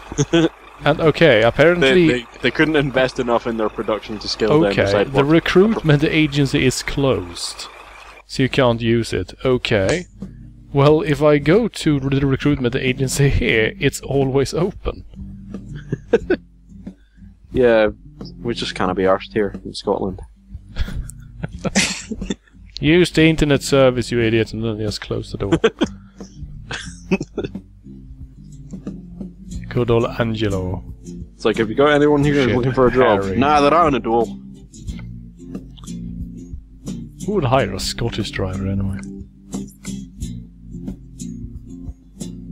You bring up a good point. Oh god, Jeff, what the hell? What? That face! That does not look like a Scotsman to me. No true Scotsman would wear a cap with an L on it. Just, the L stands for lamprey. God, Jeff, what the hell is wrong with your face? Luigi really lets He's- himself go. Jeff looks like he's supposed to be a character from The Walking Dead or something. That's actually what I thought of as well. God. Oh, goodness gracious. So, Henry, are you there yet? Well, Alistair makes a good point. He can't be worse than Henry. I still can't quite place what Henry's face is. He looks so weird. He looks so smug. You know what I should do? Fire Henry. No, I should take screenshots of all the faces in the game, and then I should make a big collage that loops seamlessly, and then we can use that as a new background for the stream page. Oh god! That would be awesome. Just all those happy drivers staring at you constantly Yes. and You whispering, "Video games." I'll see if I can actually export them directly from the game, because if I'm going to have to take screenshots of all them, then fuck that noise. I'm too lazy to do good things. You'd have to do some digging about in the game files, I think. They're probably available Yeah, but- somewhere. Yeah, you can make a GIF out of them and just Just make it flipping to your past. avatar. One frame for each, just flipping super quickly. Yeah. And if you you get, stare like, at it all long of enough, you realize that it's all the same person, just with slightly Yeah. different angles and clothes. I was gonna And the say face, it's like and the face slowly starts growing out of it. I was gonna say it's like you just play it all in unison, and then you have like "Call on Me" playing in the background. Like "Call on me, Oh god. call on me, call." It's like the whole same face thing. Ah. Right, so we did some trucking, and we kinda sorta made a little money at least. Yeah, we made some cash. Like 10 grand in 3 hours. Yeah, we did spend a lot of money pimping out our truck. Oh god, we're Progress. terrible. We're terrible. Well, still more from profits than Henry. Yeah. Yes, yes, actually. Henry's a loafer. That he is. Oh, Henry. You are the greatest.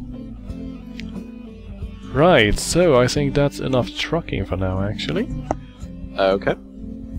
So, I'm not sure. Should we stream something else, maybe? I don't know. Oh, Wonder what else we- yeah, I can keep on trucking. Keep on trucking with non-trucking, if you know what I mean. Actually, I kind of have to use a bathroom first, but yeah, Yeah. I could go. Superman 64? Oh God. No. Yeah, alright. No! No. Bad Shining, bad. No. I mean, no. I wonder what other kinds of games we have available. Bad trap? No. No. Bad Rat's 100% I don't speedrun. even know what it is, but I just know it's apparently bad. Just add future friends on your Steam friends list, you will know. God. Oh. He's on a mission. Yes, yes. Actually, did we ever finish Fatal Frame 2? No, we didn't. Oh man. Did anything else happen to XCOM when Alistair was mentioning it? No, it didn't really. We played it for almost 10 hours, I think, and then I sort of dropped it and walked away, and I haven't played it since, actually. Yeah, I couldn't quite get into it either. I'm gonna admit. Oh god. Even though they probably did have like soldiers that came from Scotland, which was kind of cool. I have so many Scottish soldiers, I don't know what to do with them all. Put them into the future squad. Friend squad, go! And somehow they survive. I don't know if a bunch of Scotsmen would be a very good friend squad. Just equip them with, you know, some general melee weapons and a few bottles of scotch each. Yeah. And send them into the fray. They'll take care of it. You put all your Scottish employees into the research department, and all they do is just find new ways to still booze. The tactical distiller. It's attached to the Titan armor. Tactical distillation, and it's just like they throw booze at the aliens just to make them drunk. Every time you research an alien, you find out new ways to make booze from it. This gland, you see, we realize that you can extract the liquid within, and it's sort of like alcohol. But yeah, the tactical distiller, I imagine it like it takes up your item slot, but as long as you have it, your agent that has it can never panic. Liquid courage. Yeah, he just keeps slightly sloshed the whole thing. So many great ideas that were not implemented. Jeez, nice work, devs. I remember my very first experience with XCOM was I decided to have one of my soldiers hide behind a burning car because I thought it was just a piece of scenery that was, you know, and up it went. Yeah, it blew up. That's XCOM. Like, oh, damn it! Have I learned nothing from Call of Duty? Burning cars apparently explode. Yes, they do. Any vehicle that touches flame instantly turns into a quickly expanding fireball. Yeah, so I blew up my sniper, and then one of my other soldiers started to panic. I'm like, oh god, this mission went well. And it was all downhill from there. Oh, right. I succeeded the mission, but I lost like 2 troops unnecessarily. Again, that's XCOM. Everyone dies, but we somehow win anyway. Yep. I remember in XCOM I was naming my soldiers, and pretty much everybody was surviving well. I was naming them after like guys in the internet names I know and such, and of course I had a Greeter dude. The first soldier that died, of course, was my guy. The one I named after myself. See? Fucking XCOM.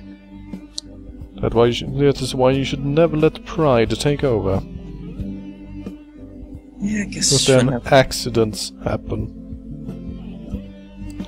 Right, but let's stop babbling about XCOM actually. let's stop this stream and we can discuss in the stream chat what we should be streaming next. Alright. So, thank you for joining me for this video at least. All three of you. Yep. And thank you viewers for watching.